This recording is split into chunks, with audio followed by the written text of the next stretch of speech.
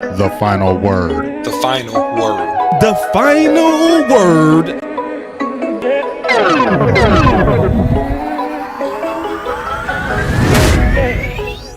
So,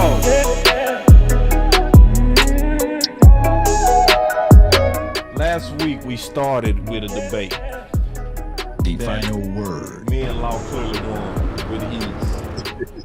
It was over Ezekiel Elliott. And now we got the OC in the building. You don't want none of this, guys. You don't want no parts of this. Ah. You don't want no parts of it.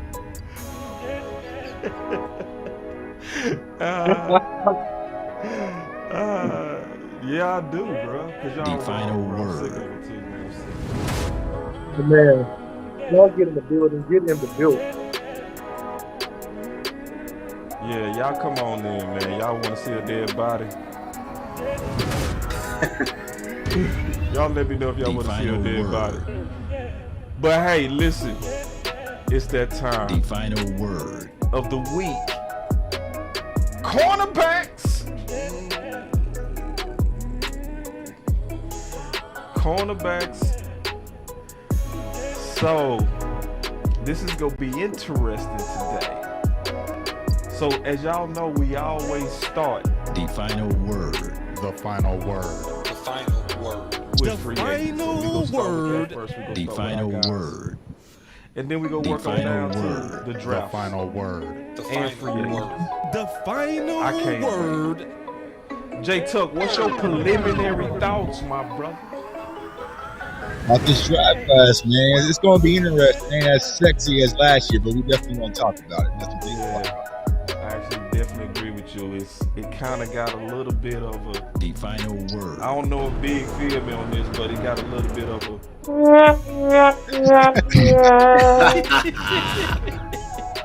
Hey, as I said before, it's top heavy. So when those top guys go, that's when you're going to be suffering. I feel like you're going to be more experimental guys, more developmental guys.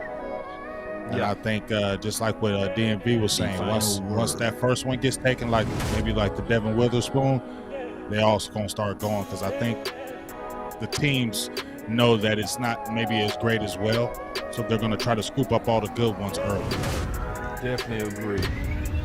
Which it might be a good one for the Cowboys. Not for everybody. It's still way too soon. It's still way too soon to have that analysis, in my opinion. No one saw Dayron Bland. No one saw Dayron Bland last year.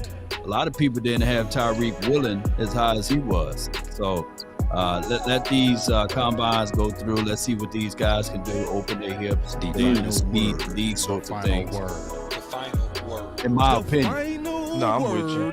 The so final basically, word. you hoping Will McClay can find that needle in the haystack again. The final word. He that good though. He really is. That boy good. That boy good. That boy good. You got that boy? You got that? I think. I don't have it over here. I know you saying hey we good, but let's look at our last few cornerback drafts. They ain't been that great. I can't wait to get started. Let's go. I can't wait to hear this. I want to know exactly where you come from, dude. Let's go.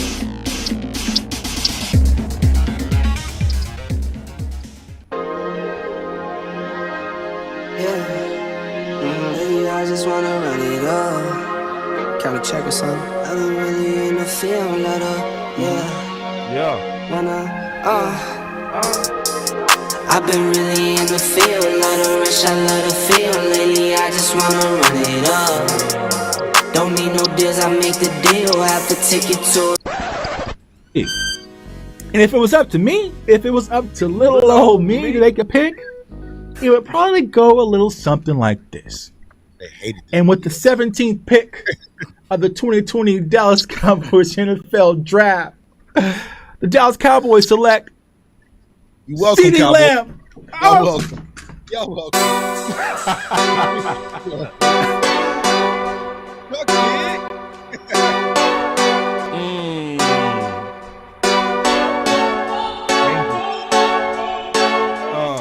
I will move down. The smart thing would be to move down, but the Cowboys historically don't. Boss could be a trade down here with Justin. We got to trade. We got to trade. We got to trade. I said this is the place to move We were just sitting here talking Justin Fields. I said it Oh loud and my clear. This is God, the place to to the move Eagles? down. Go hard, or go home. Go hard, or go home. Go hard, or go home. Go hard, or go home. Touchdown like the end zone. When the circle turn to my home, can't get me out of my zone. Go hard, or go home. Go. I love Parsons as a rush defensive end. Right? If you draft him and you put him on the end, turn him into another DeMarcus Ware. Let him rush the quarterback, get upfield, and create damage to the other opposing offense. We got the look, pick. man, here it is. We got the pick. Yeah, this gotta be Parsons. Like, Parsons the best player available. Go home. Yeah, championship rings on my hands now. In my head, I'm top 10, yeah, that's hands down. You a squad, now you're looking man down. Funny how foes turn to friends now. So the Cowboys just selected Jake Ferguson with pick 129. Hey, I'm good. I love the pick. I love the player. I know that a lot of people will say that this is probably a reach. This is about where I had Jake Ferguson. Really solid player from Wisconsin.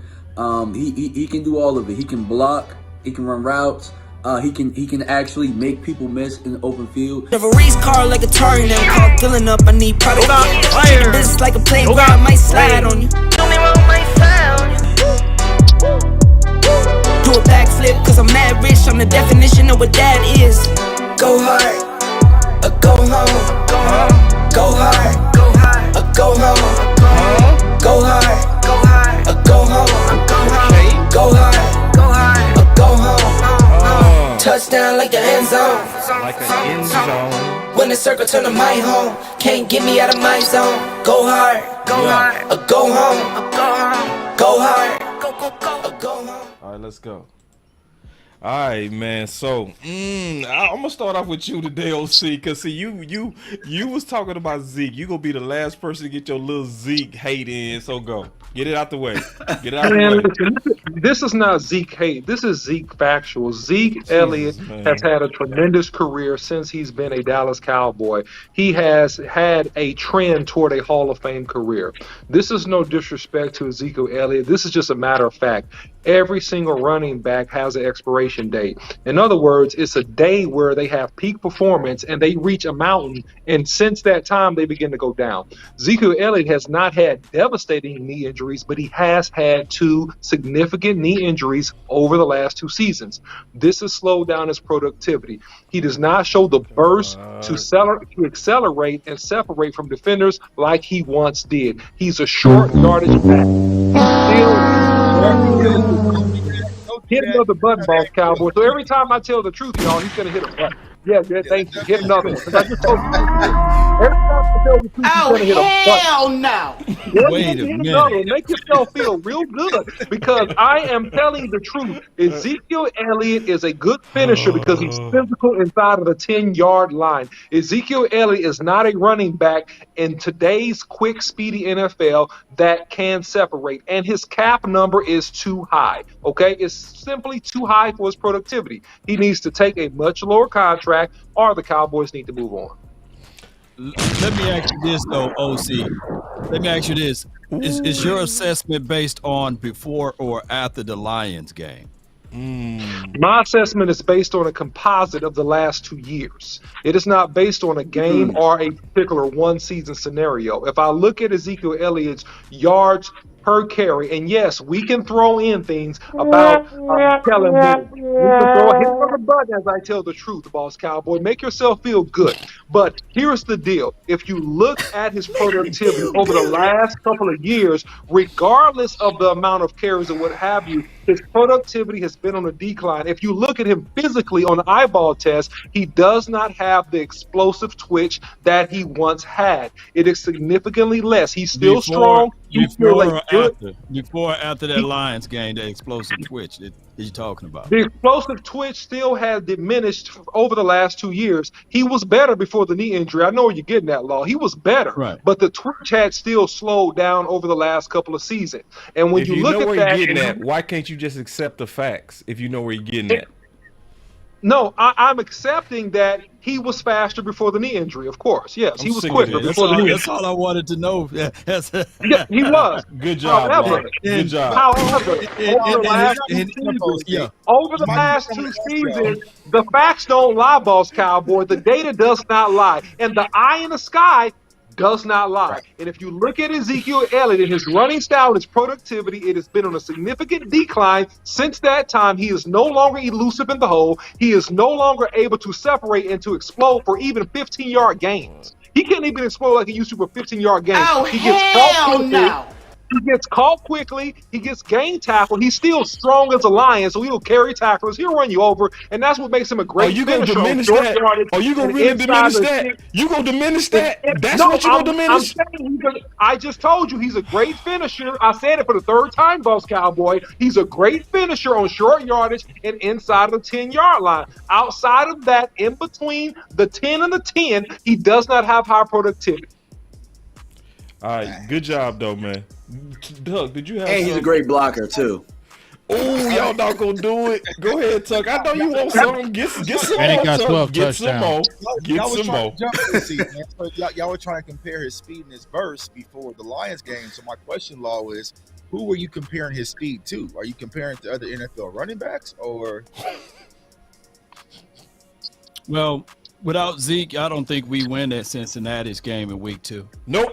Talk to him. You keep on guessing that. Also, with Cincinnati. Cincinnati.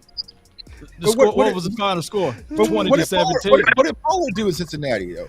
Yeah, Pollard did run, but hey, I'm talking about those first downs, those third and shorts, and those 3rd and 12. Hey, they put a swing pass to him. And I don't think that we get close to that New York Giants game, week 3, 23-16. Hey, Ezekiel Elliott, he did his job in that game too as well. Now, I look at it too. Pollard is great at what he do, but we can't diminish the 12 touchdowns. Look, there's only 3 other running backs that have more touchdowns than Ezekiel Elliott. Yes or no?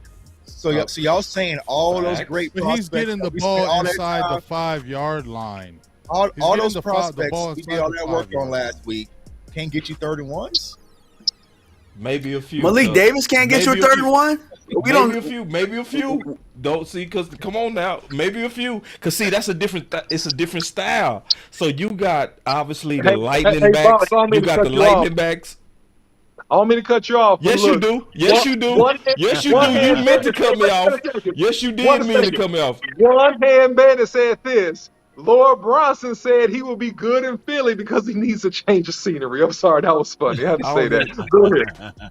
Okay, they've been talking about Zeke. Yeah. They want Oh, for real. They want Zeke now. See, they want Zeke. And so but Zeke been an Eagles killer, though. It's going to be petty. I mean, you see what happened when they wanted DeMarco Murray, too, right? Right. Yeah. I mean, most Eagles fans are Cowboy fans. You know, it didn't work. Look at Kevin Hart. You know, they already got Ezekiel Elliott's not going. If they went over, if Ezekiel Elliott went over to Philly, if Ezekiel Elliott, this is no hate. We always have to tell ourselves. The sad to me thing is that anytime we say anything about Ezekiel Elliott, we got to apologize. Every time we say something about him, we got to apologize first. I'm sorry, Zeke. We don't mean to say this about you because you've been a great warrior. Like, daggone, man. Like, this happens to every player in the NFL, y'all. Every NFL player is going to go through this, okay? Every one of them. They're going to go through this. And this is what's happened with Ezekiel Elliott now. How long we going to – I said it last week. How long we going to hold on? Y'all say we need to re-sign him. For how long?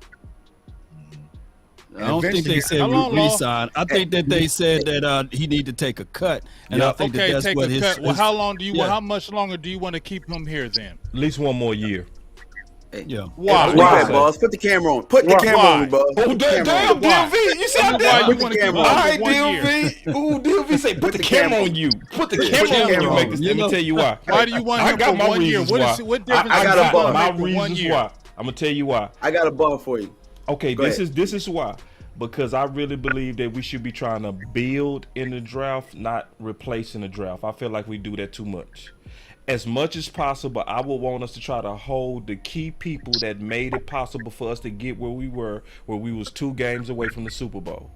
And then go get some guys. I'm cool with replacing Zeke, but I like my replacements in the building. I don't like my replacements in the draft coming up hoping they can replace Zeke. I don't like it like that. I just don't. Because we was hoping when we let Amari out the door that we could draft somebody that could replace Zeke. We had a good guy, but we wasted it. You know what I'm saying? So I like my guys in the building where they proved it. They got to some reps. They showed they can handle the league. Then you move on from Zeke. That would be my way of doing it.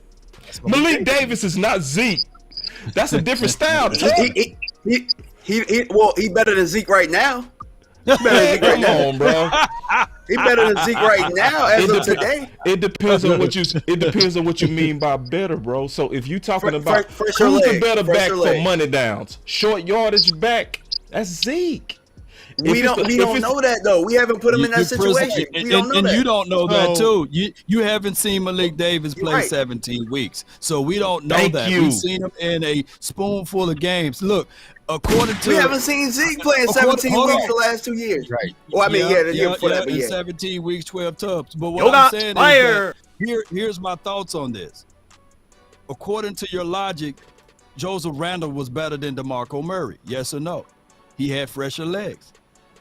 And what I disagree with that. At that time, look, I didn't agree with that at all. No, it wasn't. Did he say that there was meat on the wall? You said DeMarco Murray was at his peak when Joseph Randle was there. So you can't even make that comparison. Ezekiel Elliott is not at his peak right now. Right. And then y'all judgmental. Y'all so judgmental. Y'all want to just everybody judgment. Every one of y'all.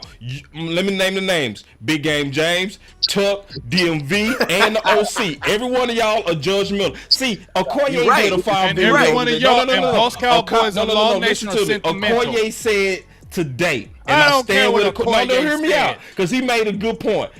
I listened to my homie today on his video where he pro Zeke, and this is what he said, and I agree with.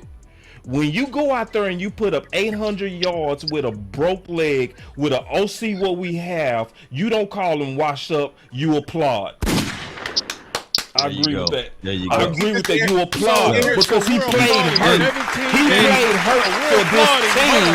And then DMV and Big Game James and Jake Tuck and the OC have a better look. This is that we want. Oh, you see this guy? See this guy? Get him.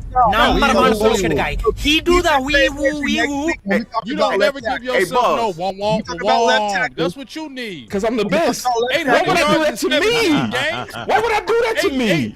800 yards in 17 games. Split carries. You're not contextualizing. You're not contextualizing. I'm gonna add that number up. No, boss. I'm gonna add the number up. I got a number for you. Hold up. I'm gonna add that number up. I'm at 856 yards. I'm gonna divide it into 17.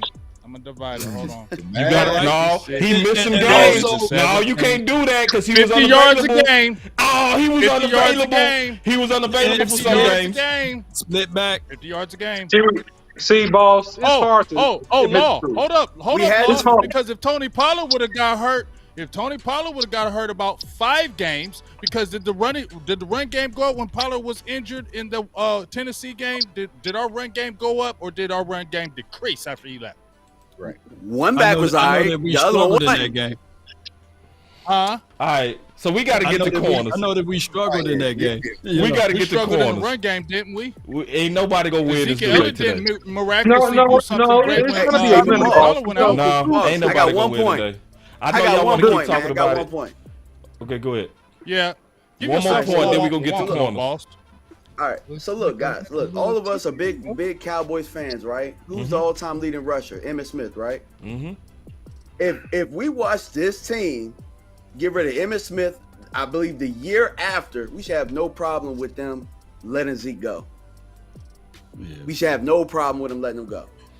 There should be no wee-woo. Everybody wanted Troy Hambrick, too. Yeah, Troy was trash. I give you that. We didn't have. But not while he was playing. Not while he was playing. People were banging on tables. Put Troy Hambrick in. But we got an opportunity to come up with a plan, though. Right now, we have a chance to come up with a plan. You got a wrong back.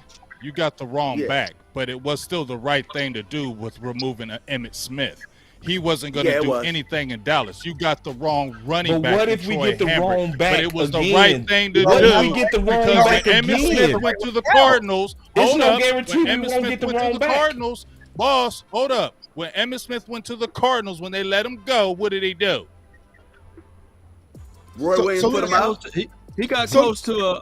Hold on. Get him, one season he got close to 1,000 yards. He didn't do nothing at Arizona. And one season he did get close to 1,000 yards, man. And Larry Fitzgerald was saying that, hey, if it wasn't for Emmitt, he wouldn't have been able to be the wide receiver he was because of his talent. Y'all can Google and look it up. Look it up. Before you judge that, look it up. He did. Look it up. Yes, he did. So y'all saying that Tony Pollard so now we're that's the point, though. That's the guy we got. That's the guy we let go. My bad. Man. Go ahead, Big Game. No, we have Tuck said something. I'm cool, Tuck. So are y'all saying that Tony Pollard isn't worth the franchise tag? I wouldn't franchise tag him. I mean, or sign him long term. Y'all don't think that I would sign him, but I wouldn't franchise tag him. Because it sounds like y'all don't believe that Tony Pollard should be the guy. That's what. It's hard to say if he is the guy. It's hard to say. It really is. Because we don't know what he going to be coming off that ankle. We really don't. We can hope what he going to be, but we don't know what he going to be. And because we saw Dez. So we don't know what Tony Pollard's going to be coming off that though? ego, but we know what Zeke's going to be coming off the knee for 2 years in a row. It's a better chance that he go come off better because his injuries didn't require a knife. Boss, let me settle this real quick, man. This is the year that Boss. This is the year, Boss Cowboy, that Ezekiel Elliott has had a rushing average of less than 4 yards. He has a 3.8 yards a carry average this year. Now, to boot, he played in 15 games. He played in 17 games last year. This year, with playing in 2 less games, he had just about equal carries. He had 6 less carries than he had last year. Playing in less games, Boss Cowboy. He has averaged less than 4 yards, Boss Cowboy. He's had a long run, Boss Cowboy, a long run. His longest run of the year was 27 yards. He does not have the explosive twitch that you need anymore. Okay, Boss? These are the facts, Boss Cowboy. You don't want your run average going down below 4 if you were a guy that averaged 4.5 to 5 yards to carry throughout your career. It is showing signs of slowing down. It is showing signs of deterioration. God. And that, it's so fake. That, Boss Cowboy, you cannot deny. No, get bro. younger at running back. You can get a young, hungry player to give you similar productivity if you give him the carries, Boss Cowboy, and that is a fact. Next and get more. You can get more. That's a lot of. You not gonna factor in the fact that he played hurt to your average? He's a tough guy. I appreciate him. He's played hurt. So you're not gonna give him. I'm giving him credit. So basically, he's supposed to break his arm, break his leg, and be the same. Last year got paid. Hold up, boss. You go first of all, 2 years in a row. I'm not crying a river for no. Hold up, OC. Hold up, OC. I'm not crying a river for Ezekiel Elliott, and I'm not pocket watching. I promise you. But you're saying broke knees and broke elbows. He has made very good money by playing football in these 2 deals, 2 contracts, big money. We were all mad at him for going to Cabo or whatever, right? So, yes, he has played through stuff, but he has also got paid very well. One of the top paid running backs in the league for how long? So it's not like he ain't been compensated for his work. Right. No, he been compensated. What I'm saying is, why we go say he's averaging less and don't factor in that he played hurt? Like, come on, bro. Okay, so basically, that's like saying when y'all remember when Dez came back? Do y'all remember he came back from that ankle surgery? That's like saying, well, he not the same. Of course not. He playing hurt. Can we give him some players are not the same? Do they still keep him? His body is wearing down on him. That's why yes he's or no. Or he has some freak injuries. It's either wearing down or It's a running freakish. back. Stop it. He I'm has the leaning most on carries since he's freakish. coming to the league. What other injuries He's have the most Zeke had? Because Boss I Cowboy. start worrying about since injury he's coming prone to the when I league. see your ankle go out, when your knee go out, then your shoulder go out. But if you got hit on the same knee and you had a hyperextension on the same knee, that can be bad luck. Right. Boss Cowboy. Man, can we talk about carries? Had a lot of carries on Boss. Had a lot of carries. Can we talk about corners? No, you going to mug? Please. I don't want to talk about no Can we Ezekiel talk? Elliott no People more. want to hear the corners, Yes. so y'all want to fight. I want to talk about No, no you want to hear Leave it it. alone. You want to wiggle out of it. Man, Don't wiggle out of it. No, man, y'all gonna make the show 30 hours. Ezekiel Elliott no more, dog. I don't want to talk I about gotta Ezekiel listen, Elliott man. no more. I got something to do after this, man. Can we talk about the corners, please? Jesus Christ, I'm sick of it. Please, I'm done. Me too. You brought it up. All right, yeah. I wanted the OC to get his final word. You brought all this up. But then all y'all had to jump in and lose this debate again. Y'all two do a y'all solo fault. show and argue about Ezekiel Elliott. Y'all two do a solo show and argue about Zeke. I just let everybody know this back here on the walls coming down here in a few weeks. We got something new coming up. That's what's up. All right, here we go. We on corner now. So our current before we go to corner, do you pick up Bobby Wagner or do you allow talk about LVE for another Thank you, year? Law. Because I'm seeing everybody talking about Bobby Wagner. Let's talk about Bobby Wagner. That's something we can talk about. You started off, Law, since you brought it up. Look, I've seen multiple people called him washed, right? And all I've seen is that the dude had six sacks last season and 2 interceptions. I think we can utilize that within the confines of the Cowboys system, especially on defense. Someone who already knows Dan Quinn's system and philosophy. I will bring him in for a good cup of coffee. Bring him in. I love it. We go with you, Tuck. What's your thoughts on Bobby? Yeah, absolutely. I'm bringing Bobby Wagner in, but do I think the Cowboys going to do it this time? Nah. I just don't see it happening. So, like Law said, he's been productive. You know what I'm saying? He had 140 tackles, 80 solos, I think, this past season. So, yeah, he's been productive. You know, but I tell everybody who watches my channel, just rewatch the video I dropped last year on Bobby Wagner. I just don't see the Cowboys doing it, but they're gonna, they're gonna be interested or intrigued by Bobby Wagner. But I doubt they actually get the deal done. So. F it. Why not? Go get him, bro. Go get him. I mean, he has an excellent track record with Dan Quinn. We trust Dan Quinn and Dan Quinn. We trust. And, I mean, at this point, you got somebody who's going to add a little bit of attitude to this defense and some leadership. A guy who's won the Super Bowl, you know what I'm saying? He's an excellent pro. Not only that, you're a proven winner and an excellent pro. So I'm with it. You know what I'm saying? Bring him in for a cup of coffee, for a steak, or whatever you got to do. But I'm for it. A Mavs game.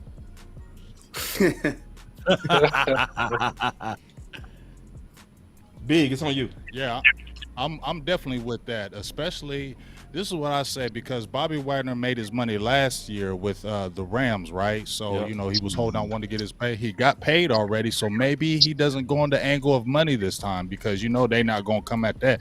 Remember, Anthony Barr, who he wanted, he had a high number as well, right? They waited, that number dropped, and then 5. they got him. So maybe that happens with Bobby Wagner, and maybe he's like, maybe he wants to play with a young Michael Parsons. And to DMV's point, maybe some of those guys, they get older in years and they like to mentor. So maybe he wants to play around Michael Parsons, and he's not like he's coming to a chopped liver defense. He's coming into a very good young defense. So and like you said, the connection with Quinn, I think it could happen maybe. Because the fact that he already got paid with the Rams, and maybe that might help Dallas. The first time around, no, but maybe the second time around it could happen. But I definitely would want it to happen, because he could definitely add to that linebacking core, especially the young guys in Damone Clark, Devin Harper, Jabril Cox. All those young guys could definitely use a guy like him in that linebacker room. Yeah, I think that Bobby Wagner helps this defense from a maturity and a play-making perspective. Do I think the Cowboys bring him in? I think they're biased towards high-profile, successful free agents. I don't think they bring him in. I think that they still will want him dirt cheap, and I don't think he'll go exactly league minimish. I think he'll be above league minimal. But I do think he could help our defense immensely. If they made that move, I think they're more likely to re-sign LVE than they are to bring in Bobby Wagner based upon their mode of operation. That's what I think. I think we got one chance of getting Bobby Wagner. Dan Quinn. That's it. And because Dan Quinn was in talks with him last year, right? Yeah. And it's been a whole lot of buzz of Dallas needed to go all in. His cap hit was only $4 million, right? Now, we ain't talking about the dead money, but that would be a very all-in guy. The reason why, honestly, I still don't think they go do it, though, I'm gonna go ahead and copy off J Tuck paper. It's because of LVE. I think we still got that our guys philosophy. I think we still treat outside free agents like bastards. So even though that would be the move to move us over, I don't think we go do it because we got these our guy philosophies. But if we was really serious, we wouldn't be hanging on the LVE. Because actually, in my opinion, he played good, but I think he'll be better as a weak side linebacker and bring Bobby in here to be your middle, right?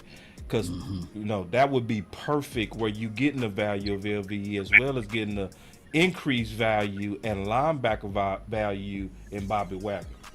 Clark will play your sound? Yeah, Clark would play my sound. That would be my He'll sound. be good at sound. He'll be good at sound. And I will still even rotate him every week just because I will be trying to maintain LVE's effectiveness. Because I think if you play him too much, he get injured. Just being No doubt. So two for the price of one. One, you bring in you keep LVE to appease the Jones family. Yep. And then two, you appease the Quinn administration by bringing in Bobby Wagner, someone who knows the defense there. And also, you can find the money by restructuring or cutting Zeke money down, right? You just find the money with that's where we at now. Huh? We ain't going back into that. I love y'all, man. Come on. All right, so we gonna finally talk about what we're here to talk about and what y'all want to hear about, man. This is the draft show. We do it a little bit different where we first talk about our guys because before we talk about the draft, doesn't it make sense to talk about it in relation to our guys? Right. So we go first kind of give a quick picture. We go around the room again, give our synopsis. Then we go through our list of free agents as well as draft candidates. So just to recap it, we got Diggs. That's obvious. That's CB1. Right. I would also say Bland is CB2. Now, some people say we're looking for CB2. I actually feel like we're looking for the nickel. You know, we're looking for a nickel. So then we got options with bringing back Anthony Brown, which I would be for. I know in your list, Law, I think you had it on your list as well, Tuck, of bringing back Anthony Brown as an option. To me, that would be an excellent nickel. We also got guys that's on rookie contracts that still can be some assets, and you got risers coming out of those guys. So let's go around the room. I'm going to start with you, Big, and let's kind of get your thoughts on the current room. Then we go through everybody's idea of free agents as well as draft picks, and we go through some film. It's on you, Big. All right. Well, first the room. I like the room. Well, I like the room as far as when you're talking about with Bland, what he did. He came out of nowhere. He's a big physical corner. He meets everything that you want. He's got speed. He's got size. He's got tenacity. He can play inside. He can play outside. And I think that's what you really love about him. We know what we got in Diggs as far as his playmaking ability. I'm with you and Tuck, and I think DMV. I said it probably about a month ago or maybe a little bit more when I was talking about our free agents, about bringing back our own. I said I was cool with bringing Anthony Brown back as a reserve. Obviously, he's making like the $5 million. That's going to drastically drop. I said he'll be the Orlando Scandrick, the new Orlando Scandrick of Dallas. Remember how he got 3 contracts squeezed out, and I don't know how he did it. So I think this is what Anthony Brown could be as well. I think he could be the Orlando Scandrick type guy. And then, you know, we'll see what was Kelvin Joseph. I mean, I don't know. He could possibly even be cut if he doesn't step his game up. True. I would probably lean more toward Nashawn Wright since we saw him the last maybe 2 games. We saw maybe some decent positives out of him. So, he's got the size that they want. That could be something that they could work with. And then obviously Izzy Mukamu, who came out of nowhere like gangbusters the last part of the year. And the big thing about him is that, he played safety in high school, and then he played a corner and safety in college. But they were putting him in the slot. And, I remember seeing a tweet how J-Ron Curse was talking about, bro, this big boy 6'4" playing in the slot, swallowing these guys. So, I like that. As far as the free agents, I haven't really looked deeply into them. There's quite a bit out there. But I think the Dallas Cowboys, if they're looking at any kind of free agent, they'll either go with somebody who's young and really cheap. I don't think they're going to touch an old. If they do, he'll be like the Xavier Rhodes, and it wouldn't be till like a mid-season. I don't think they would sign an older guy early. I think they would go with the cheap version, like when they had the Trayvon Mullins, those type guys, the 24, 25-year-olds really don't know too much about them. They sign those types. They don't really bring in the real type guys, and I think they really try to stay with their own. I think Jordan Lewis, he's probably going to get cut, and I think they probably maybe attack the draft with maybe another round of maybe a possible 2 corners and fight it out and see what that pressure puts on Kelvin Joseph and Nashawn Wright, because as I said before, I think those guys are borderline, especially Kelvin Joseph. He could be cut, especially if you draft one of these corners, young corners, and he starts turning up. One of those guys could be out. So, yeah, so I agree with Big Game James. I think there's a lot of things that's in-house when it comes to the Cowboys at the cornerback position. And I think Deron Bland is pretty much the jack of all trades to be able to play inside and also outside. Now, you did mention, the possibility of Jay Lou being cut. And I know approximately the Cowboys could save around $5 million, I think, if they was to cut Jay Lou. But honestly, y'all, if I had to decide between Anthony Brown or Jordan Lewis, I'm leaning towards Jordan Lewis, but you never know what players can bounce back after the injury. So if you do bring back Jordan Lewis, you could play Deron Bland and be your outside corner because he showed that he can play on both sides. But also, you mentioned Israel Mukuamu. When it comes to Kelvin Joseph, I feel like right now is make or break season. We kind of know what we've seen thus far. Special teams is all right, but you can find special team guys in the draft, which we'll probably talk about a few here as well. And so it's going to be make or break to really step up. Now, I've been pitching around the idea for quite some time when it comes to Kelvin Joseph was moving him back to safety. But I feel like after last year when he really got his shot, you started hearing some rumblings about his attitude, different things going on. So as Big Game James said, this is kind of make or break. Because I feel like now in year 3, the Cowboys have no hesitation cutting and moving on from Kelvin Joseph if it doesn't work out. So you got a lot of different things and different options in house. But like I said, Jordan Lewis is going to be the one I'm really keeping my eye on, because if you keep Jordan Lewis, he's going to be your inside guy, which will make me lean towards Bland being my outside guy, which can cause you some wiggle room in the draft and free agency. Man, that's impressive that you actually lobbying for Lewis, bro. That's different. I ain't even tripping on it. I like Lewis. I like J. Lou. Yeah, man. I think that, the good thing about this defensive back room is that you got some young players that can really help step up and contribute that really haven't got the play time because of veterans, right? So you got Izzy. I mean, obviously, Bland did a fantastic job. I think if he starts the whole year as he should, he'll probably end up making a Pro Bowl this next year. That's how good I think he is. Extremely versatile, ball hawk, physical tackler. He's everything to me that you want in a cornerback, and he was an absolute steal. Salute to Will McClay on him in particular. You got Izzy. I think he can fill in. He's a situational guy. I think you got Nashawn Wright that needs to develop. I still think that, regardless of all the issues that have happened, hey, I really do think that Kelvin Joseph has the ability to be a very good cornerback. But unfortunately, that's up to him. He has to really lock in, make football first, make it a top priority, and prove that he wants to be an asset to the organization, or this will be his last year with the Cowboys. In my opinion, with Jay Lou, I think every dog has his day, and I'm a real good fan of him, but I think it's time to move on from him. I think you can get younger in the draft. I think you can pick up value in free agency. And also, I think with Brown, I'm scared about those Achilles injuries because I've been around players. I've seen people with them. I know that the Dallas Cowboys, they do a fantastic job with rehab. But, man, when you have that Achilles, man, that's a tough one. You need like a couple years on that one. So if he's at a cheap price, keep him. But if it's anything too far above league minimum, I think you've shown the ability to draft very, very well, and you can also replace him in the draft as well. I'm liking that G. Lou getting a resurgence of people. I see some people rocking with J. Lou. That's different. That is different. Go ahead, on Denby. Yeah, man. Hey, look, it's tough following all of y'all, but y'all said all of the right things. And the one thing that I'd add to it is the reason that I like this cornerback room utility that we have. So if you look at the top 3 guys that we had that we ended with in the playoffs, where you got Diggs, you got Bland, and then you got Izzy, who jumped in and played some nickel for us in the situation in which we needed him too. I think having just those 3 right there is a building block for us right now.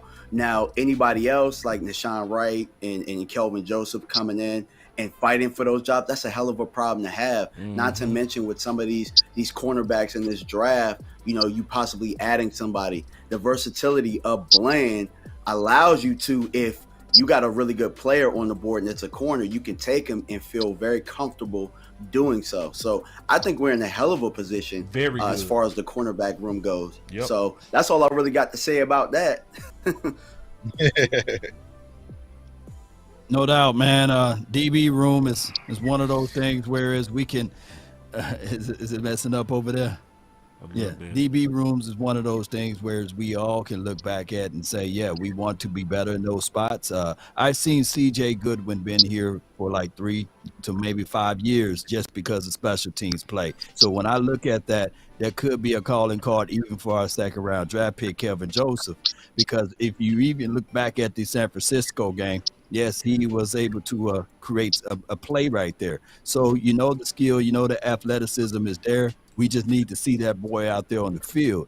And granted, we may can say slightly last season mulligan for the off-season situation, but I'm looking at it like this. Let's go out there and draft another DB. I want Dayron Bland to stay inside the slot because that's two-way goals. That's nothing easy to do, especially as a DB in his rookie year to get 5 INTs. That's something special. I think that the Cowboys should look into either bringing in a veteran guy to really look into this team to help out. The off season is long and the training camp is long. So let's bring in more and more competition. Let's go out there and draft one of these guys that can be on the outside. And I think that's what the Cowboys' plan and philosophy would be. Far as Nashawn Wright, this should be his probably last year before he go, if he can't give us nothing.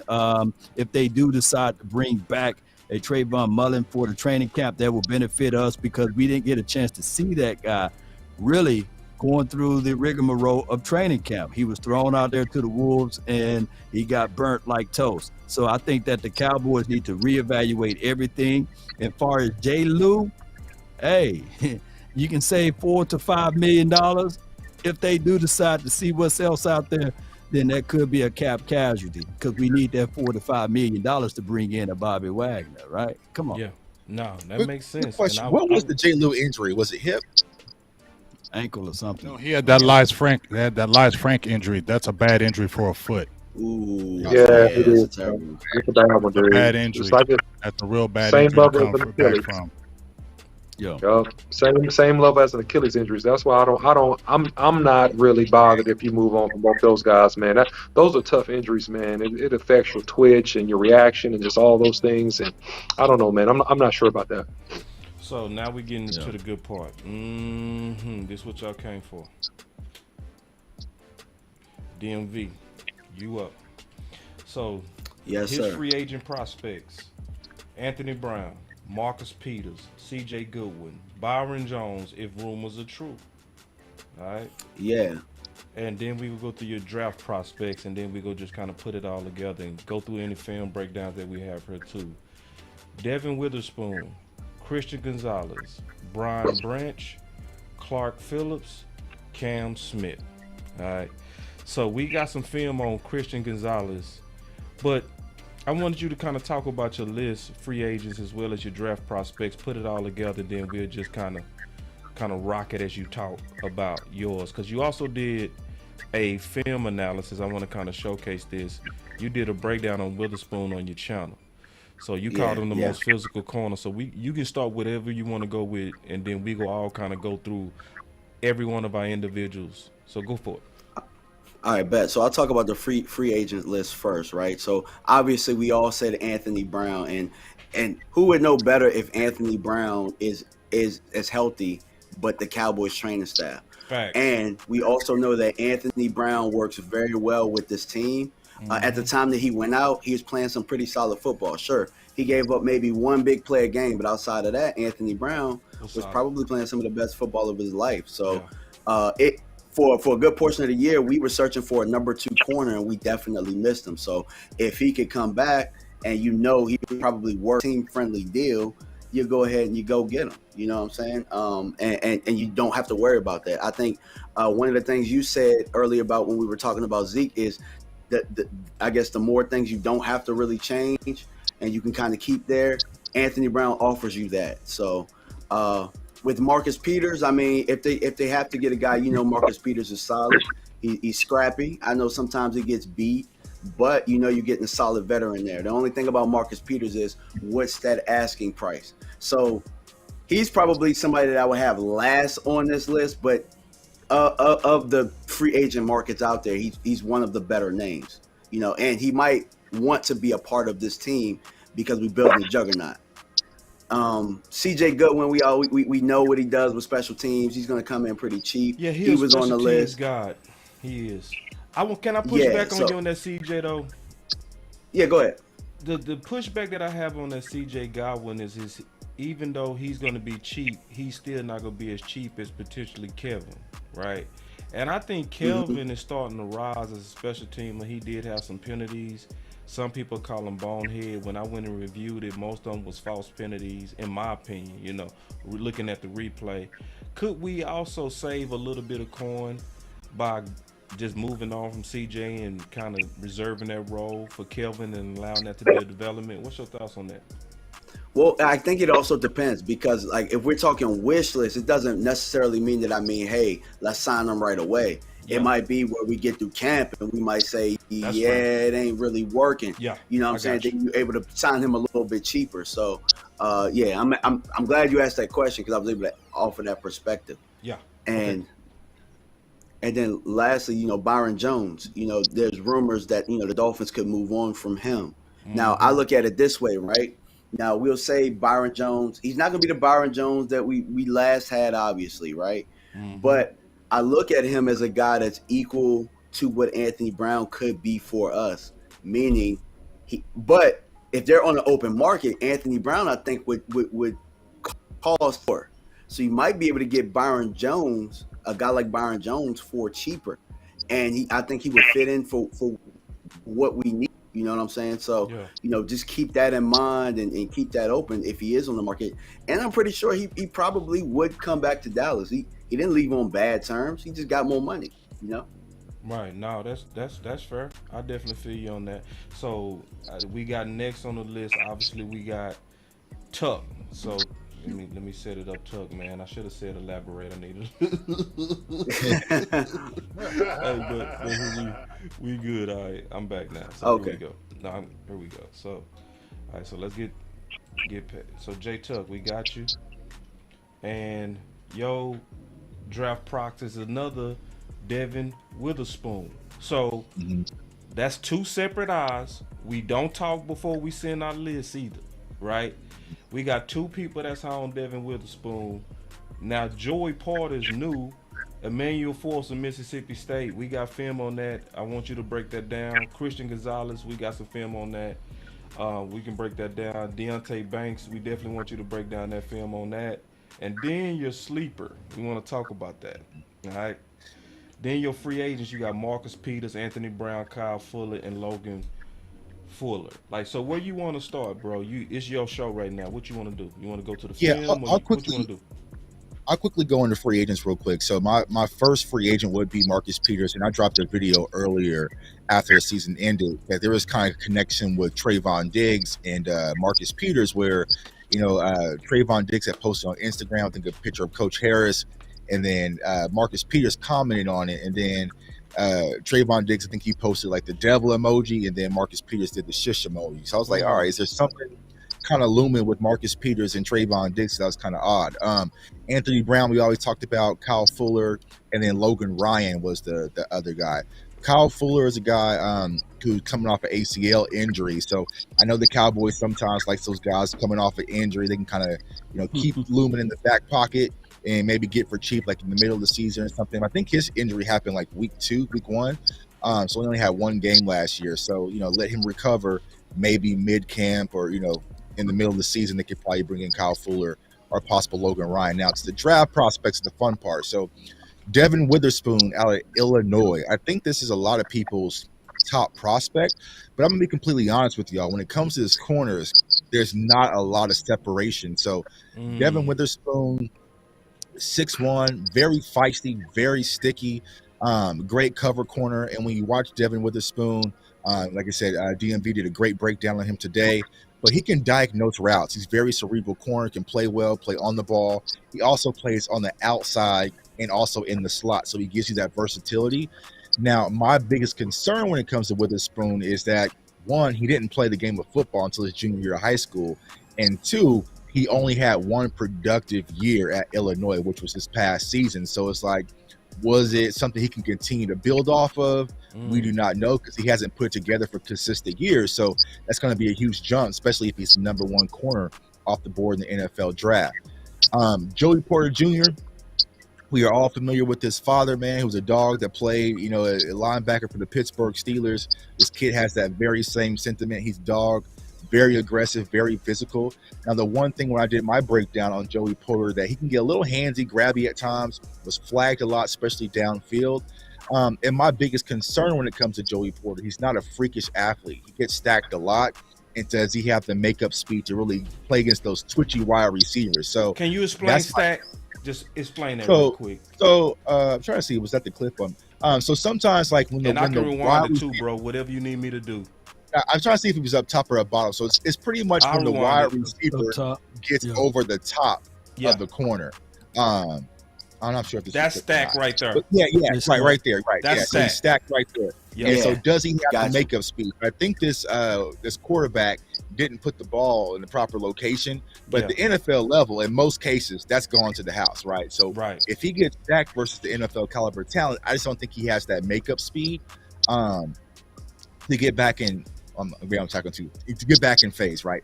But when it comes to Joey Porter Jr., like I said, he has the talent, he has the mentality. He'll come down and tackle, but there's still a lot of cleanup when it comes to his game. Like those routers, he's really going to struggle with, because especially in press coverage, he really doesn't get his hands up and really in sync. So, but if you get a coach that can coach him on his technique, there's a lot of solid foundation for Joey Porter Jr. Emmanuel Forbes, I think I sent you the tape on him. Yeah, I got it. So we talked about Trayvon Diggs. Yeah, there you go. Yeah, don't listen to Law. Law might be a little bit biased. Don't trust Law on nothing with Mississippi on it, man. Oh, I like him. Yeah. This could be that pick six right here. Yeah, that pick six right there. Yeah. I don't think is it the pick six? He's a runner. He's a track star. Yeah.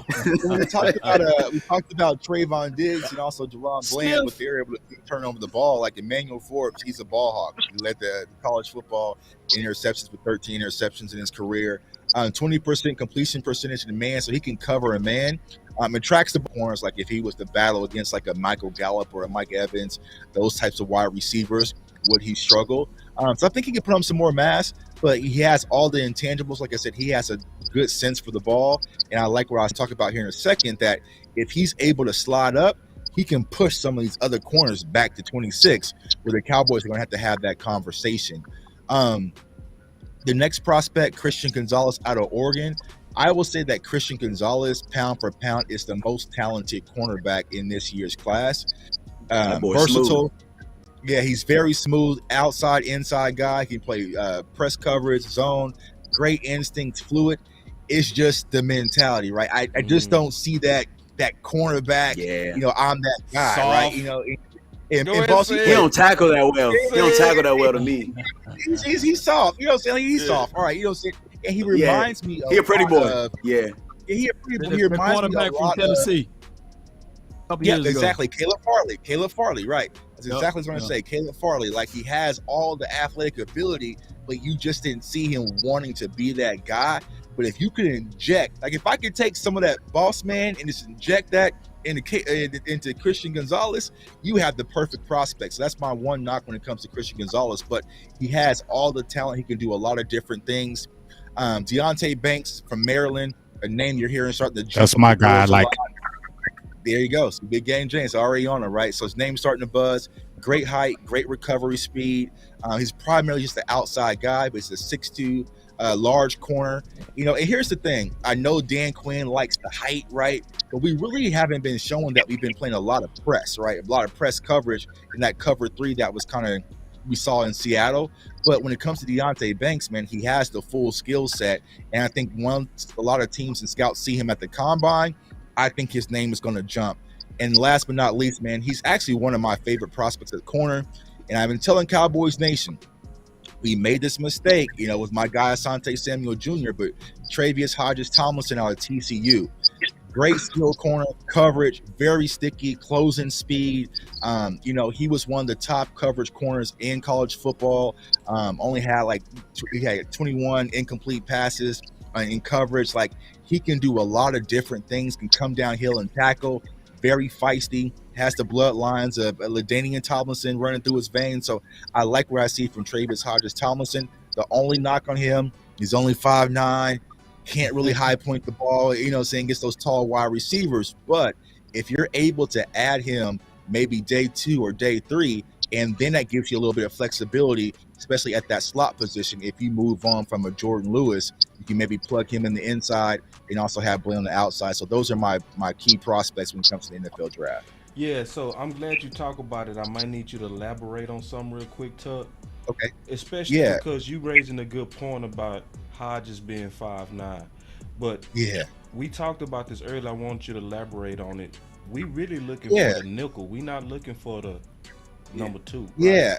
So it's so exactly. that's where you might be making all kind of sense, but I need you to kind of talk about that a little bit. Right. So I feel like Hodges, you can plug him in the slot and he can play the nickel. Now, I know a lot of people say he primarily played on the outside at TCU, but even just with that size and how fluid he is, he can definitely play in the inside the NFL level. So I'm definitely not concerned. But if you do need to rotate him and play him on the outside, I feel like he can do it as well. And just like I said, when Asante a few years ago, even though he has that size limitation, he's going to compete for the ball. And I always try to teach my viewers, like, when you're playing corner, you have 4 opportunities to win. You can win the line of scrimmage, you can win on the break, you can win when the ball is in the air, and when the ball is being received, right? So as long as you continue to scrap when those balls are being high pointed, you can still make a play and make things happen. And you see that frequently when it comes to Hodges-Tomlinson. So don't let the height just be the only reason why you're skittish of this prospect. Look at the totality of the football player. When you look at this kid, he has everything you would want in a corner, and I would definitely take a flight on him if he's sitting there in day 2. All right, Big, we on you now, man. Let's go through Big list. Y'all give me a second to pull it up, but while I'm pulling it up, man, y'all hey, those TCU stay having short corners, man, don't they? Yeah. Darius Washington, remember him? And the guy last year. And they had a guy who passed. I can't remember his name, but remember they had the corner who passed? Yeah, TCU, the land of the short corners. Yeah, they had Darius Washington. See, I need the practice film of him going against Quentin Johnson every day at practice to see what that looked like, getting high pointed. That probably would have told me a lot. But like I said, for the most part, I like what I saw from Hodges-Tomlinson, out of TCU. So there you go, Big. We got you now, man. So we got Big up. Basically going through it. So far, everybody at peace. No fights. It's world peace. I was going to ask my guy why he left Cam Smith off, but go ahead, though. Go ahead, Big Game. Oh, yeah, that's a good question. Go ahead. Go ahead. Why you leave Cam Smith off? Cam. He's small. I like him, man. Yeah, I don't want to say because he's small, but it's like he's also like there's a lot of things with his footwork. I feel like he still has to clean up, but he's more of a project. You know what I'm saying? So I feel like, and like I said, there's not a lot of separation. And I don't know if y'all, it's because we were spoiled in the last 2 years. Last year we was watching, Sauce Gardner and Derek Stingley, and then we had, we had Surtain and Horn. Like none of these guys. He's a bunch of two. Diggs had a good year. It was a deeper Right, dig, sure. So I see. Yeah, exactly. So I just don't get that feel from this year's class, and maybe it's going to take some time. But when I watched Cam Smith, like I said, he's a phenomenal football player, but there's still a lot of project and cleanup when it comes to his footwork and his technique. And it's just like, if I'm going corner at round 1, I'm not trying to brick again because we bricked a few years ago. So it's like I'm trying to hit. So Tuck, I think that his physicality. I think that his physicality is just as close as Witherspoon, but go ahead. Yeah, and see, yeah, definitely. And I want to say something real quick, Tuck. That's real, Y'all bro. said he's small. Take another look at Cam coverage. You know what I mean? That's why we calling it the too early wish list. Because it was a guy, I promise, bro, today I put 3 stars by him, preparing him for the book. I went back and watched him on film. I took that dude out my book. Just go look at a second time, because I see great coverage with Cam, but I see bad tackling. That's what I see. Yeah, he's a terrible tackler. But go ahead. I don't want to mess up. He a wild child for real. He wild child. Yeah, but he'll get there. But he got willingness to get there though. Willingness to get there, but terrible at it. Like, I'm there, but I don't know what to do with it. But go ahead. And we definitely not saying whenever people say that, because you go see that every now and then. Somebody go say that to my list. Somebody go say, boss, go take another look at it. What we saying is, because we all got to be honest, we can only watch so much film, right? So if you watch 2 games on somebody, you might need to watch a whole nother 2 games. You know what I'm saying? Yeah. Sometimes you might just call them on the wrong day. So. Yeah. But Big, we got your list up, bro. Big, your mic working? All right. Yeah. Can you hear me? Yeah. Okay. All right. So while you're pulling them up, do you want me to do just the players? Do you want me to do the prospects, or do you want me to do any free agents? Because I really didn't. No, go with your draft picks. Go with your draft picks. Okay, because I really didn't go hard with free agency. I didn't really go hard. And by the way, I love your list too. By the way, I like that list. I do like your list. I like Tuck list too. I like your list. No knock. I love I can't wait till this you list. get to Bennett down there. I can't wait to hear your thoughts on Bennett, man. But go ahead, Big Gay. I like it. Well, let me jump right in there. Obviously, we talked about Christian Gonzalez, and I'm just bouncing off what Tuck said, and we talked about this prior. Me, Boss, and Law did when I mentioned him. The first thing we all said, pretty boy. I mean, he is a pretty boy. The way he plays is a pretty boy, and this is a perfect game that you're showing right here, Boss, because there was some other games. I cannot remember the exact team they were playing. I think one was Stanford, somebody else, but it was like he was more physical in those games. But when he played against a Georgia team that had those athletes and those players that could really get at him, you could see him he wasn't really aggressive in that game. Not in my opinion. He was it was kind of like that competition kind of pushed him away from that. And I think that's where what Tuck was talking about, does he have the dog in him? Because when you're playing a team like Georgia, them is all dogs, right? This is your time for you to say, I'm a dog too, and I'm going to show you I'm a dog. This game, it didn't really show in my opinion, and I didn't see the aggressiveness that I want to see out of your top corner that has all those attributes that you want. So I think that's his biggest issue. And I feel like if you don't have a dog in you, you don't get a dog. And I think that's where my worry is. Watch you either this got play the right dog here. or Watch you don't. Play. Watch this to your point, Big. This one. Watch this. No, call not that him a one. puppy?